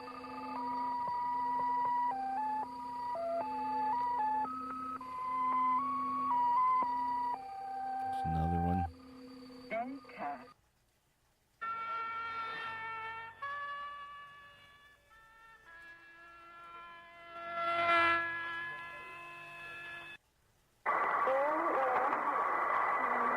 See, most of these are shortwave, so. So the sound quality's kind of shit, yeah. Yeah. But the thing is, what you're hearing, Yeah. you can hear this going on for months and months on this particular station, like all the time, rarely changing and seemingly only to coincide with big political events. 5, 7, 6, 4, 1, 6, 4, 2, 6, 2, 6, 4, 2, 6, 2, 7, 4, 2, 6, 0, 7, 4. I've used some of these recordings in my music. Oh, you sampled them? Yeah. 5, 2, 6. All right, so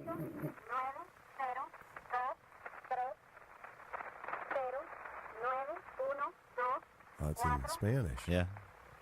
You find them in almost every country. So they're in every country, and what people think that they are All right, yeah, give us the X-Files breakdown on this. I mean, what are the theories about what these things are?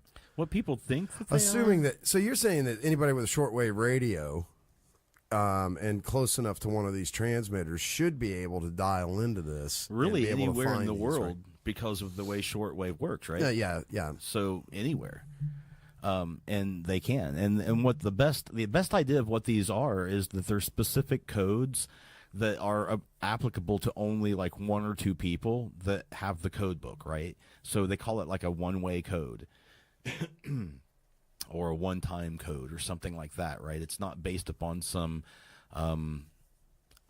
algorithm or anything that you could crack, or it's specific, and that only the people who know what it is know what it means, right? So it's only a few people. So they think it's part of a spy network. But it's all around the world. Well, all around the world and with every country. Strange. Yeah. But it may not be that. It could be something else. This is just when people have thought about it, they figure that the only thing it could be is for spies from a particular country to tune in to see if anything particular happens. But I don't know. You say these transmitters are all located on government property. Well, the ones they've tracked, yeah, they've been located in places that have like fences and barriers around them, or guards and stuff, or in some cases are inside of embassies. Weird. Yeah, where you don't have no jurisdiction. So I don't know, man. It does kind of make sense that it's like some universal way to, like you said, like if you had the book that went with it, you can listen to the number sequence and it can kind of reference something that tells you, hey, we're all clear right now, or what, whatever. Maybe that there's some sort of, but you would have to have a book to understand what that is, right? That kind of connects the whole thing together. Right.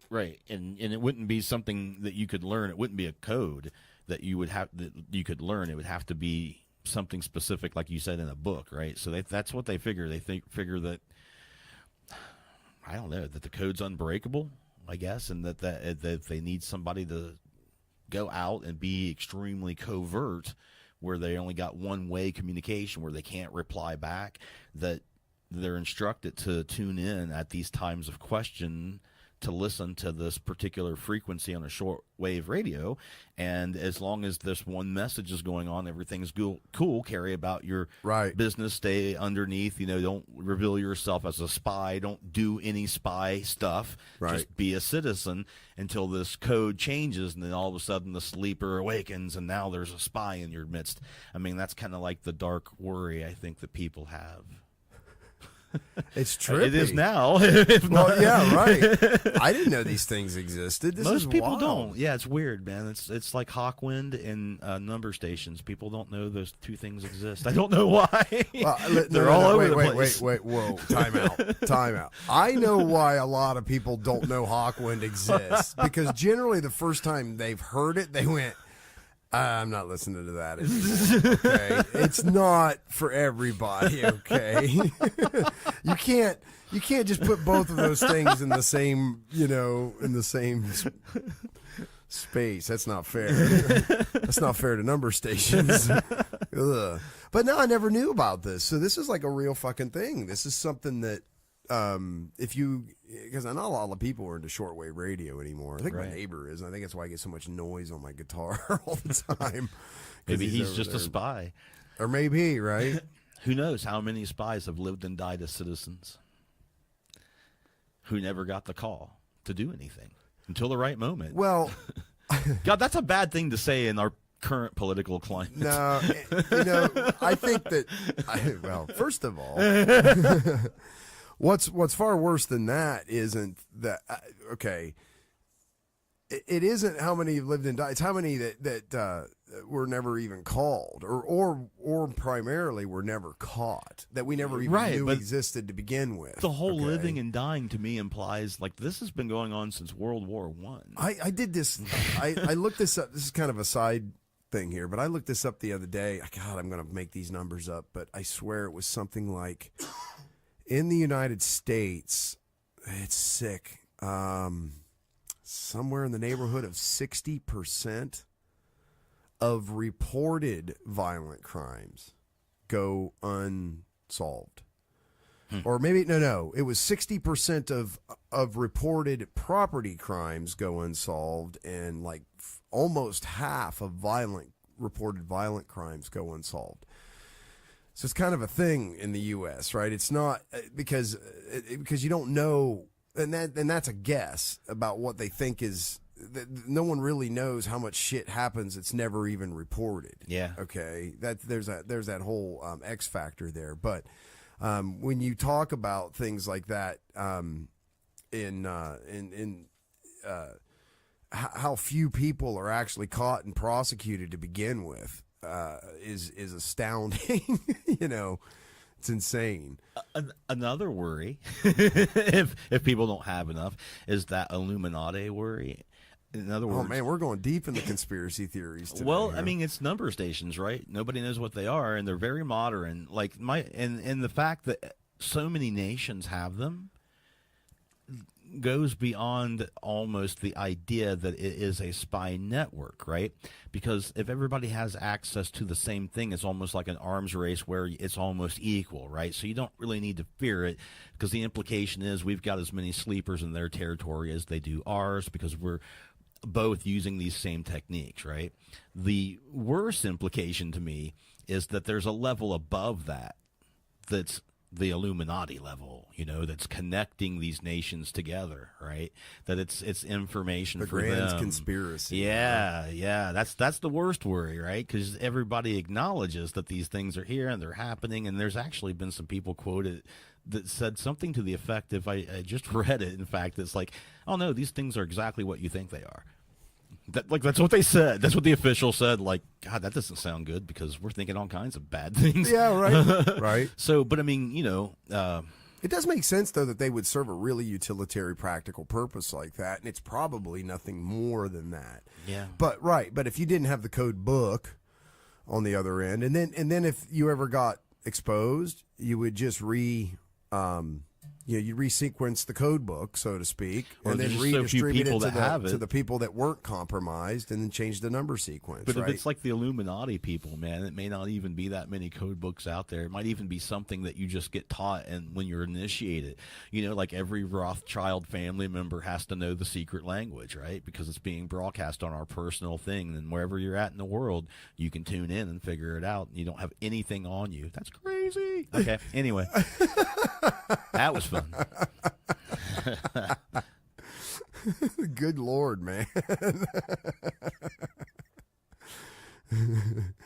That's why they don't have to have secret handshakes anymore, right? Yeah, they're all broadcasted into the same thing. No, you just have to have a shortwave radio and an antenna big enough to pick it up.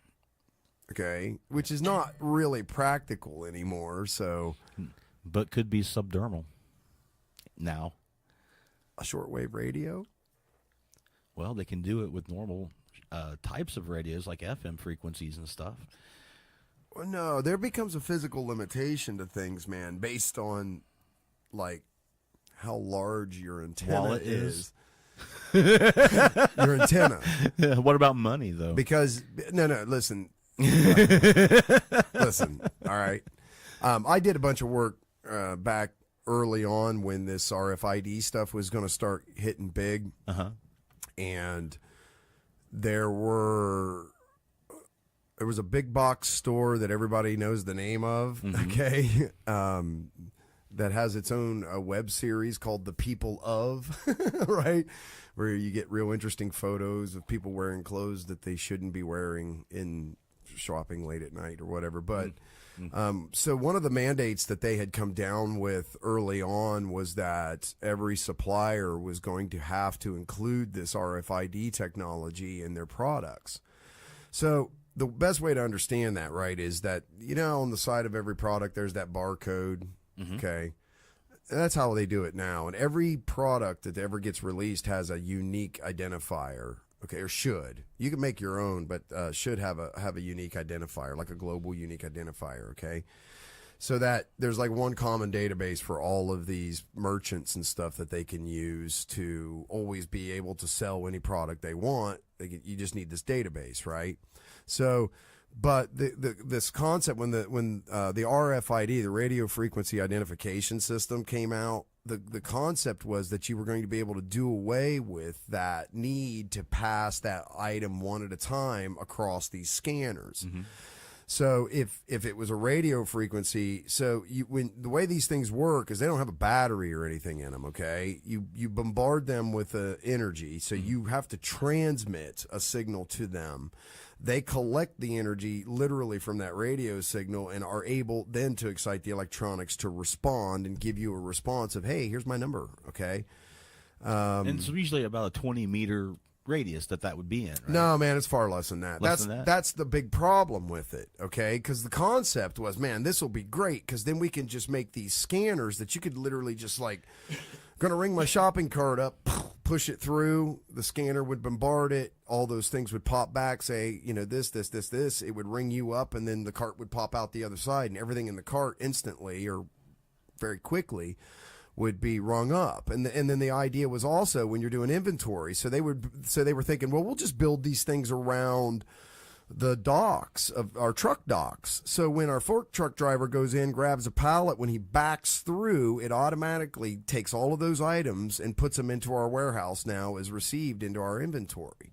Sounds good. Okay, yeah, it sounds fantastic. The problem with it becomes that its retransmit ability, because its primary energy source is from the radio frequency that you hit it with to begin with, okay?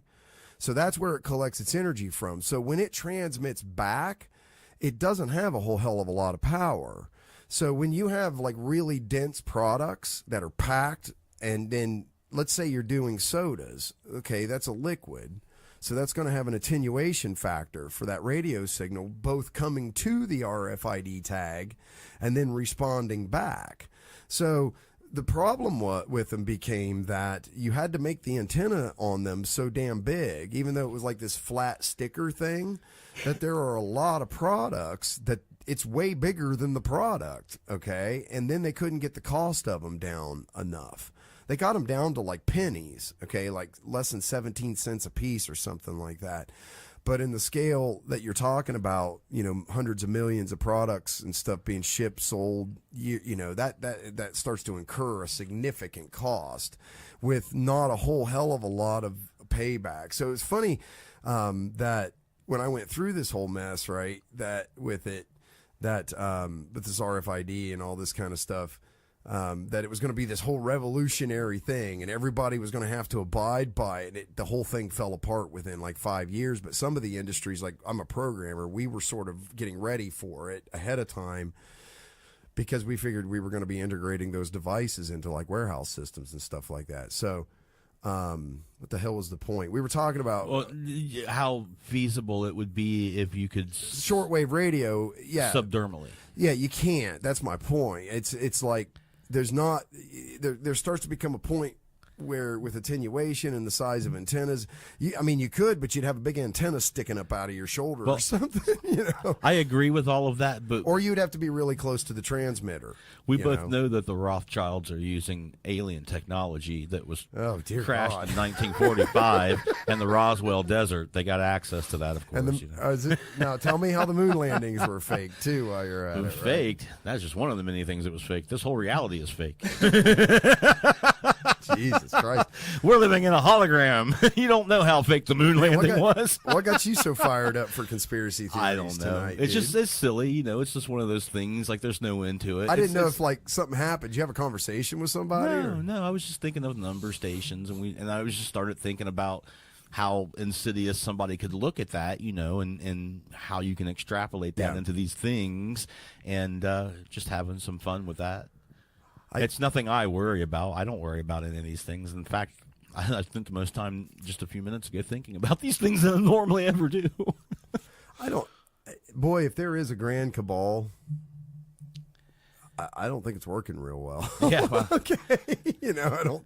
when I think of number stations, I end up thinking of Lost, the television series. Conspiracy theorists be like, because that's what they want it to be like. They don't want you thinking that they're in charge right now or some shit, right? Yeah, you never No matter know. what you say, you can't win. No. And I mean, I'm not saying even that it wouldn't be that way. I mean, I don't have any evidence of that. I don't know anything about it. And what I know about, I'm already speculating about right here. So that's about as far as I know about or think about it. I mean, if it was half of the things I thought it was, it wouldn't apply to me and I couldn't access it anyway. One of the things that struck me was after the last election, and I don't even want to get into politics, man, but for so long I heard how, because here's the conspiracies, was that, Obama was a foreign agent because he didn't have a valid birth certificate, right? And eventually everybody was going to be, so I don't know how this was all going to happen, by the way, but eventually everybody was going to be locked up in FEMA camps and all this kind of stuff, right? I remember that stuff going around. And there was going to be a false flag event right before the election so they could declare. And this is all shit I legitimately heard from people. Okay, I'm not even making this up. It. Okay, there was going to be a false flag event that was going to give the government some form of martial law, and Obama was going to stay president forever. And then when our current president got into the mix, right, it was, the Grant's conspiracy then became that Hillary Clinton was already predetermined to win the election, that there was no point. There's all these people behind the green curtains, pulling the real levers and all this kind of stuff. And then when Donald Trump won, I called one of my buddies and I was like, hey, who's going to eat all those fucking MREs you have, man? Because everything that, one of these people that are real pro and a prepper and all of this kind of stuff, right? And I was like, because everything you said was going to happen didn't. Nobody's in FEMA camps. Nobody took anybody's guns. Hillary Clinton didn't win the election. And you've got, 8 months worth of fucking MREs. What are you going to do with all that now? It's always coming, man. It doesn't matter. The planets are all going to align, and the gravitation is going to pull everything apart. And Nibiru's going to show up. Is that if right? that doesn't happen, and kill everybody. If that doesn't happen, Y2K will occur. Well, there's a new one. The Bible says that the world's going to end June of 2018. Yeah, that's going to happen. It's all these things, man, they've been going on forever. There's been prophecies of end times since the dominant Christian flavor of the apocalyptic idea of. Well, that's not just that's Abrahamic. Yeah, that's what I'm right, saying. Yeah, like ever since that has happened, that's been a theme.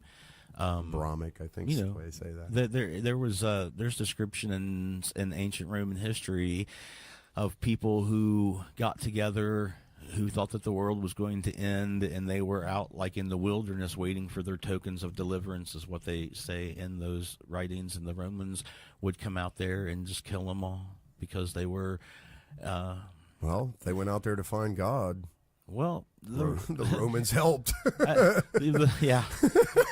That's horrible. At this point, yeah, but at this point in their society, though, they really had this, they had like a deified emperor, and anybody who was preaching that there was a higher order or a higher divinity or anything like that within their territory, they stomped that stuff out pretty quick. They didn't like that crap. They didn't. No, that was just part of their policy of handling the provinces. Yeah, boy, if there was ever a historical marker to point at that punishment does little to nothing to stop behavior, it would have to be the Romans, man, because they were efficient about killing people, and it didn't work. No. It just, I mean, how many thousands and thousands of people were crucified for just being Christians? Yeah. Right? I mean, they were good at that shit. They would line entire roads with crucified people. Well, they did that didn't work. They did that for a particular event, for a fire that was blamed on the Christians, and I think it was either Caligula or Nero. Oh, it was I one think of it the was original Caligula. air quote false flag events, right? Too, Well, yeah. to boot, wasn't it? Yeah. Theorized. Yeah. So yeah, but people do. In fact, I think that probably an example, a really good example of that from that particular time period, was there was a Roman general who was put in charge of a province, and there was a letter from him to the emperor where he was saying he was having a hard time dealing with Christians, because when they would talk to them, they would bring him in and they would ask them to repent, essentially, and accept the Roman emperor as the divinity, and they would always refuse, right? Like, and the process was they gave them 3 attempts, and at 3 attempts they would send them off to be ate by the lions or whatever. And like, I guess none of these people relented. Like, it was just common that they would be like, nope, to the death. And he was so worried about it because he was worried that there would be a religious rebellion, Right, sure. if he just kept killing them, right? And so Right. he's like writing to the emperor, and it's like, everything's going pretty well, other than these Christians, man. Like, they're pretty diehard, and they're pretty much just going to their deaths with what they're saying. So you want me to keep killing them, kind of a thing, like. That's nuts. Yeah. And they did, but that's Yeah, and they did. They're like, yeah. But now and you think, okay, well, punishment stops behavior. The Roman Catholic Church is now in Rome, and a place where they were like crucifying these people, like Still believing it, yeah. like it was going out of style. So I always find that odd that that people can't even look at that and realize, okay, well, wait a minute, you can't punish people out of behavior. You got to do something different. You know what I mean? Yeah, that's the whole idea of martyrism, I suppose. The whole idea that could even be a thing has to be reliant upon somebody being willing to take something to the most extreme measures, Right. which would be the ending of their life, presumably. Wow. What people are willing to do for an ideology, huh? Yeah. And they were, boy, is that a testament of faith or conviction for your faith? This is yep, go ahead and kill me. I think most people would, dude. I think that most people, whatever their ideology is, for some people it's simple things like wanting their individual freedom or their freedom on their property or whatever it is, and some people want universal love or whatever it is, but everybody's kind of got those levels, I think, where they would die for it, I certainly can think It's definitely necessary for some reason as part of the human condition, it seems like, because it goes through antiquity. Yeah. That people were like this. Yeah. Yeah, I think inscribed on the temple of Apollo is the words, "Know thyself." I know it's like a Shakespeare quote, but essentially that's from the Greeks.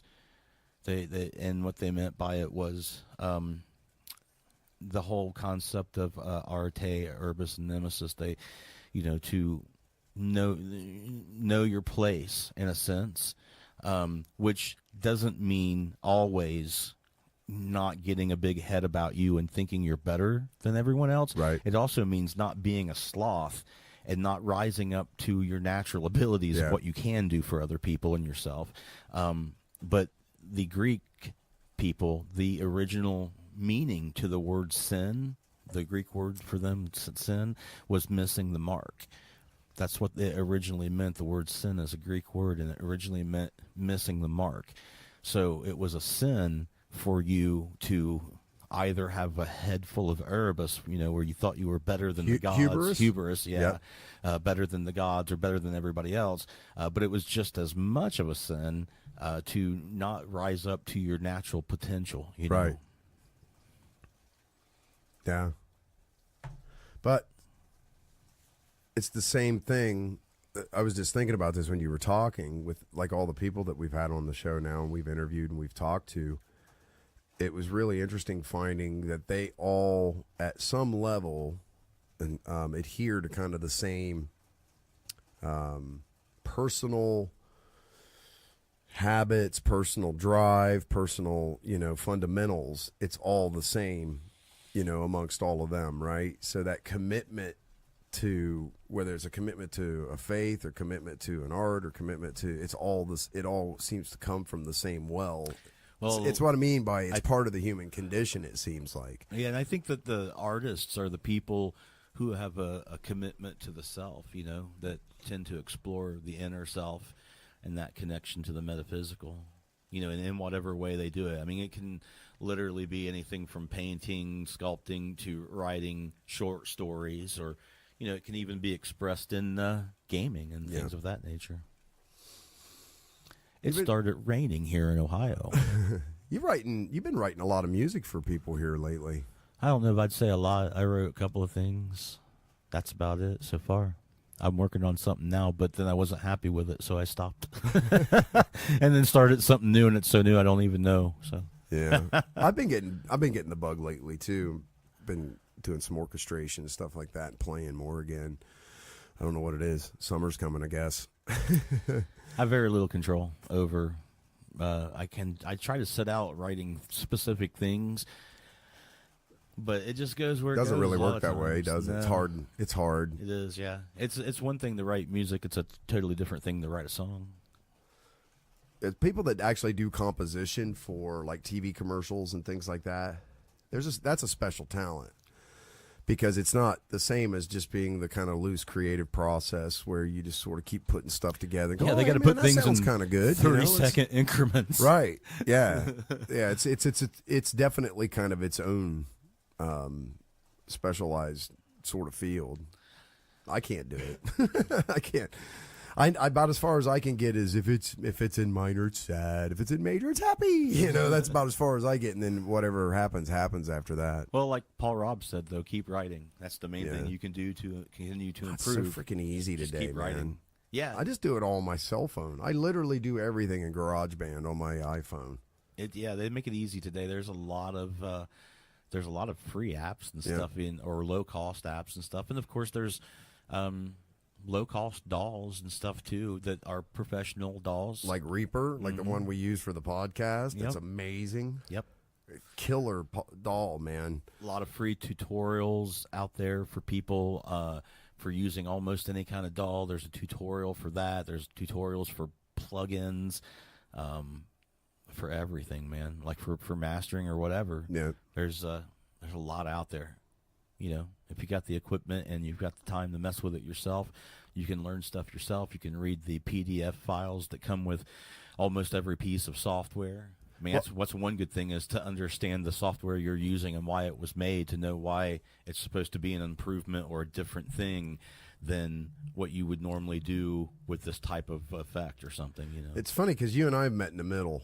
Because you started with the higher end PC based software as your medium for which you kind of got into doing composition and recording, right? And I started with GarageBand on my iPhone, but with an acoustic instrument. With an acoustic instrument, right? Which makes a huge difference, And now both of us use Reaper. You Yeah. moved away. What was some of the ones you used? I had only used Acid Pro. Acid Pro, that was the Yeah. one, yeah. Which was more like everybody kept telling you, isn't it like looping software? Yeah, or almost not. I mean, I think it was like one of those borderline professional things. It started off not being that, but got better as time went by. Right. It ended up doing a lot of the things the other ones did, but a lot of people didn't use it. It wasn't really considered to be professional, I Right. don't think. You're full time. You do everything in Reaper now, don't you? Yeah, I don't use Acid anymore. Yeah. Reaper is like 10 times better. Man, if you want to get into this though, an iRig, which is a device that we actually use it on the podcast. It's how we plug our cell phones into the mixing board so that we can put callers and sound bites and stuff into the podcast. But you can get these iRigs for they make different versions of it, but I think they're anywhere from in the $20-some range up into the $100+ range. But it's just a device that allows you to plug an analog instrument like a guitar chord into your phone, so you can sample your guitar, and then in the GarageBand software they give you like a pretty good assortment of amp models and things like that you can use to change the tone of your guitar from distortions to.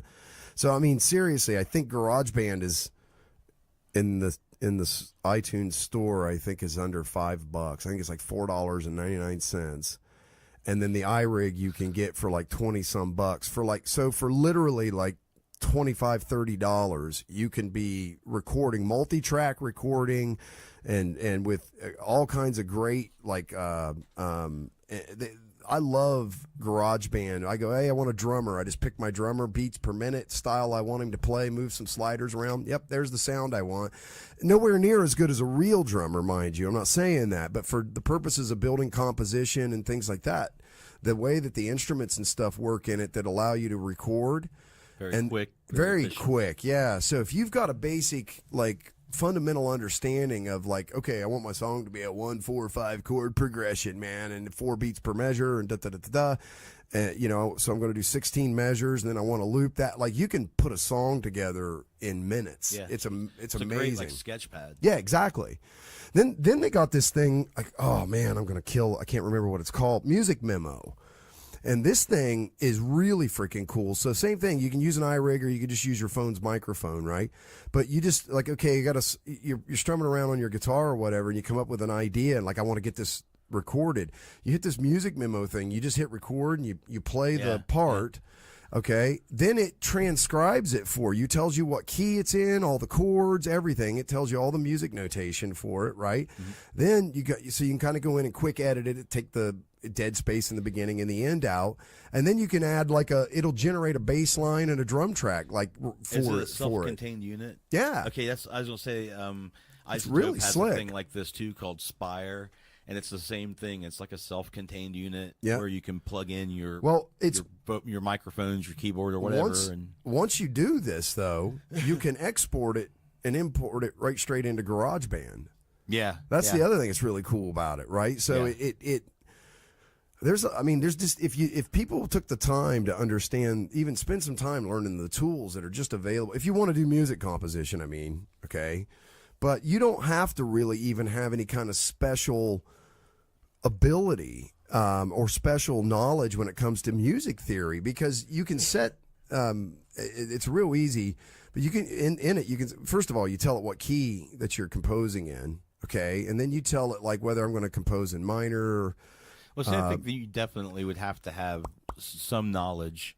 Well, no, if you're going to utilize those things correctly. It's 2 selections, one of which is predetermined for you, like, because it can't create a song without creating in a key. I think the default key is C. Yeah. All right, so you change that, and then, but there's this other selection. Once you figure out this one magic selection, what it does is it makes it so that you can't play any wrong notes, because it takes all the wrong notes for a key and a mode completely out of the equation. It takes them off the screen. So I call it, the playing with your face kind of thing. You can just kind of take it and just slide your face around on it. You can't hit a wrong note. And they're starting to incorporate this stuff in, like, lighted keyboards and stuff now. Yep. And digital keyboards. But this is something and chords too. Yeah, and chords, right? Yeah. So it's like baked into it. So you don't. That's what I mean. You don't necessarily. If you knew how to use the software, the software keeps you from making mistakes that you would make in music theory. Yeah, because it just takes those mistakes, the possibility of those mistakes away. Yeah, it's really cool shit, man. I mean, it definitely opens up the ability for the average person to make music. Makes it way more attainable. Yeah, that whole people making music in their bedroom sort of thing. Yep. And it's weird, man. There's a lot of, there's 2 sides of the fence on that, man. There's the people that say, well, that's really a good thing. It allows everybody to have a chance at being creative and this sort of thing. But then there's other people who really disdain that whole idea of machines and software allowing people not to make a mistake. Sometimes they say taking the human element out of it. Sure. Sometimes it's just that they have a disdain for how easy it allows people to do it when they didn't have to practice or whatever, actually even play an instrument. They're just pushing buttons. Right. And it's weird, man. Like there's not a lot of people that I know who play a analog instrument and also at the same time embrace and enjoy the idea of this software making things so easy.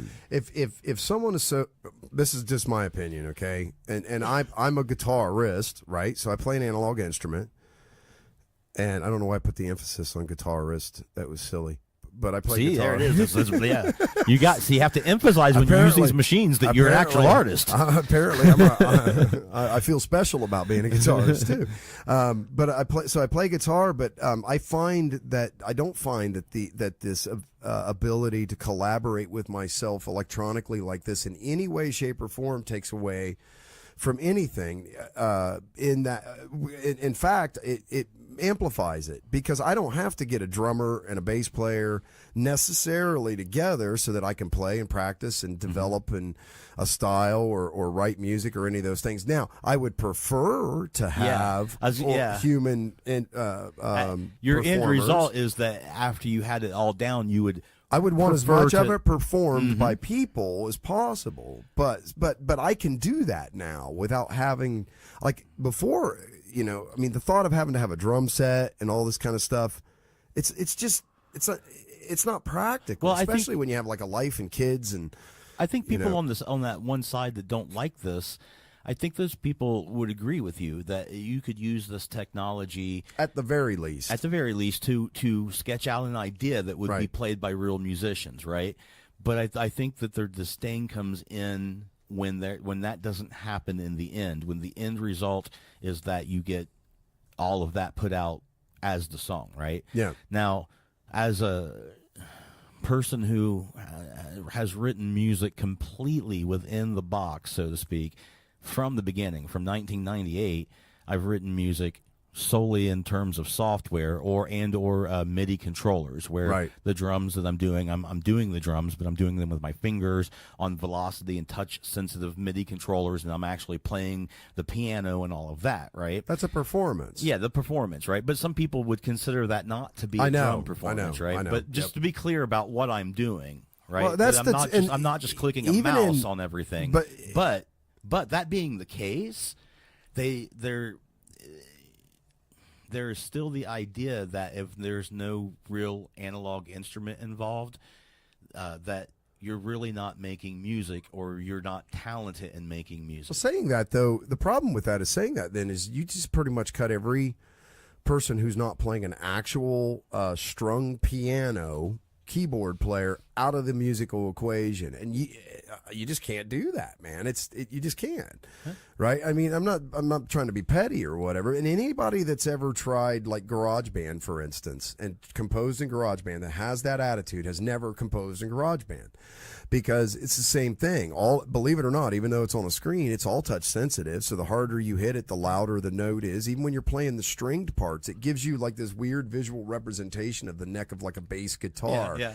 So when you touch it, the harder you touch it, the louder it plays. You can bend it by sliding your finger. So and of course, you can program all of that into it as well. Yeah. Because the parameters are still digital, so they can still be programmed in every aspect that you could play. Yep. And there isn't no doubt that any electronic musician uses those things. That's how you give electronic. That's So- what gives it an organic feel. Is there's some randomness to it, and little subtle mistakes and bends and things that aren't necessarily all pre-programmed, right? That's how you do it. So to me, because I was my niece, her and I had it out. She wanted to show me electronic music way back when it was way back. This was like 5-6 years ago. And I just shit all over it, man. Ooh. Like I was one of those. Something she did or something somebody she else was did? trying to, because she knew I was a musician, so she was trying to connect with me, and I was just I was a horrible person. Okay, let's just be honest. And so I'm speaking about this as almost as a sorry kind of thing, but sorry, Sid. But she tried to connect with me, I think, in this way, and I was just like, that's not music, and I took like this weird superior high road about the whole stupid thing, and I shouldn't have. Okay, especially in retrospect, that once I started actually using these tools and going, well, let's see what the hell this is all about. I thought it was going to be a joke when I first started playing with it. Okay, I was going into it with the sense that, I'm going to do a one button song, yeah. And found out that that's not really how it works at all, and then started actually using it for composition, and then started making my own guitar backing tracks and stuff with it. So I had to eat some crow and go back and say, you know what? You were kind of right about this stuff. I was just being an old dick about it. That's all. But yeah, I was one of those purists that would just sort of crapped all over it as being, that's not real, Yeah. It's interesting how there's that difference, right? That's interesting because when you think about it, man, if anything, writing electronic music offers you so many parameters that are intuitively done in acoustic and analog instruments, like so many digital parameters that it's difficult not to screw things up terribly. The other thing I like about it is the randomness of the whole thing gives you the ability to write and compose music using instrumentation, using, because there's like tons of samples and stuff you can pull in as well, and you can change the key of them and all kinds of stuff. But like idea generators. Right. Yeah. It gives you this ability to like, develop in art styles that you normally probably wouldn't even approach. Yeah. Ever. Or using instrumentation and things like that you may never approach. And I like sound design too. That's something that most analog people who play analog instruments don't ever get a chance to mess with too much. I mean, you can get all John Cage and have your prepared piano or write random music or something like that, right? But you can't get too far out of the sound of a piano without doing some pretty unique things to that structure, whereas obviously in digital music, right, you can pretty much spend whole writing sessions just making sounds or rhythms and stuff that you may or may not use in later compositions. You could spend a whole recording session or writing session mastering something where you're not really writing anything. You're just considering how these things sound blend together.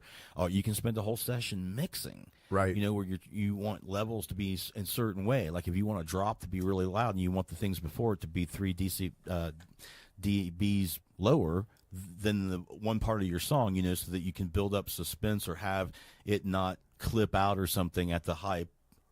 All these things, right, can be considered when you're doing this. Some people, though, say that the digital recording is killing the soul of music, and because they're like, because all the imperfections are gone, and the truth of the matter is they're not if you don't produce it that way. Yeah, right. Yeah, people can still make the music they want. There's no it's a record button. Okay, we used to hit record on the analog tape. Now we hit record on the computer. Well, there's people like Dave Grohl that's went ahead and made like a whole album in an old-fashioned style with old equipment. Because stuff. There's a natural compression to tape. Yeah, and I still, get that. My point is, people are keeping that alive. It's not like nothing's going to beat the hell out of something else, and you're never going to have that anymore. Right. It's not going to die out. People that understand the difference, like you just pointed out, and the value of that, like in what he did, that's still going to happen. I hope that's so. not going to die. I don't think. Look at vinyl making a big comeback for sound quality. Did you know there's going to be HD vinyl coming out of Australia? Was that like 2 needles or something? How are they doing that? They are using a type of laser to imprint even more accurately the grooves on the thing that stamps the records, and a different type of chemical vinyl composition that will accept these grooves to be more detailed and stuff. And they say it saves, you can add 33% more information, and that the information is more accurate and more clear and transmitted more accurately from the record. And they're calling it HD VD, vinyl disc, HD VD. And it's been funded, and it's out of Australia. You can check it out. You'll be able to download a file in 5 years, and you'll be able to 3D print your own vinyl records at home. Possibly. I don't know, man. They had to have a special laser for this, I don't know. Who knows? Jesus Christ! But I don't get the I except for strictly, or not. I shouldn't say. So except for like sentimental value or like something like that, and I understand that there's a difference. There's a warmness to vinyl and things like that. But beyond that, I don't get it, man. I was around long enough ago to remember when records were actually still a real thing. Yeah, and they were a pain in the ass to get scratched, and they would just, you had to be a lot more delicate with them. And I'm sorry, I'm looking for the video. A video of what? All that, or not the video, but the information for the HD VDs. They could have definitely come up with a different name for it. Yeah, I got so much crap saved that I can't find it anyway. So Well, we'll just take your word for it that it's out there. If people want to Google it, they can, right? It's out of Australia kind of thing. Yeah, it's not like I'm saying Jim Carrey gave up making comedy and he's just an artist now. That's actually kind of true, isn't it? It is. Yeah. But I'm not saying that right now. I'm going to say that later. Hey, see, no. No. No, we are not coming to an end. You don't want to stop? No, we can stop. We can stop. Well, we're in 2 hours and 10 minutes, man. Just you and I bullshitting here. It was a good podcast. I'm sorry, I had fun. guys. What are you apologizing for? This is what these freaks tune in for. Are the no-shitters, man. They're just as weird as us. We did, dude. This was fun. We had a great show. We talked about I Hit My Mic. We talked about Orco R. We talked about Ancient Aliens. We talked about X-Files number stations. Okay. What? X-Files. What about the X-Files? David Duchovny. What about David Duchovny? He's got a new album out. Thank you for asking. Oh, God, you got to be kidding. Well, I don't Is know. he doing the full Shatner? No. Check this out, dude. I got his first album not that long ago, a couple of weeks ago. It's called Hell or High Water. And I think first of all, the first three people that I played it for. Kind of talk like this. No. The first three people that I played it for, all of those people thought that it was somebody that sounded a lot like a young Tom Petty or like, who's the guy that does the parrot parties, that does Margaritaville? Jimmy Buffett? Yeah, Jimmy Buffett. They were comparing it with a young Tom Petty and Jimmy Buffett. That's what they said it sounded like. And he's got Berkeley-trained musicians playing and stuff. And I think it's best summed up by this one critic who said that at the very least, he's done his fellow actors proud, which he was making the statement that unlike most actors that go into music that just are terrible and just doesn't go anywhere, that this was actually a pretty decent first album in general. Oh, really? Yeah, and if you listen to it, it ain't bad, man. It's like it's pretty good. It ain't bad. I was surprised. I was surprised and impressed. Right? It wasn't just a shit show. It was pretty good. So I don't have no idea what his second album is like, but it has recently come out. I think you can find it like on there's a Pledge lot Music. There are a lot of actors though, man, that are pretty decent musicians, or some of them are really good musicians that would surprise you. Oh, you'll like this. They said he taught himself guitar in 2 years and wrote these songs, and he said that the lyrics were much more difficult than writing the songs. Yeah. And you know, I know you have this theory about doing things for 2 years straight. Right. There it is. He did it for 2 years straight, dropped this album. I mean, you know, he's an artist. You know, he's an actor. He probably has other ways, just like Jim Carrey, of expressing himself and stuff. Most of them do. Yeah, most artists do. People definitely liked him as his role as Agent Mulder, you know. Yeah. And could be that if you didn't have all that in your head when you hear this, it's not that bad. I mean, it's definitely not Shatner. No, it's not. You ain't going to get Shat out of your head when you listen to Shat. Ain't no way. I tell you, don't think of Shatner. Good luck. Well, that's a good one to end on. We'll end on David Duchovny and has an album. Check it out. Shatner. No, don't check out. So thanks for listening, folks. Make sure you hit the like and subscribe buttons. Check us out on iTunes. And we just dropped this RSS feed in a bunch of other places, too. A lot of different listing services and stuff like iTunes.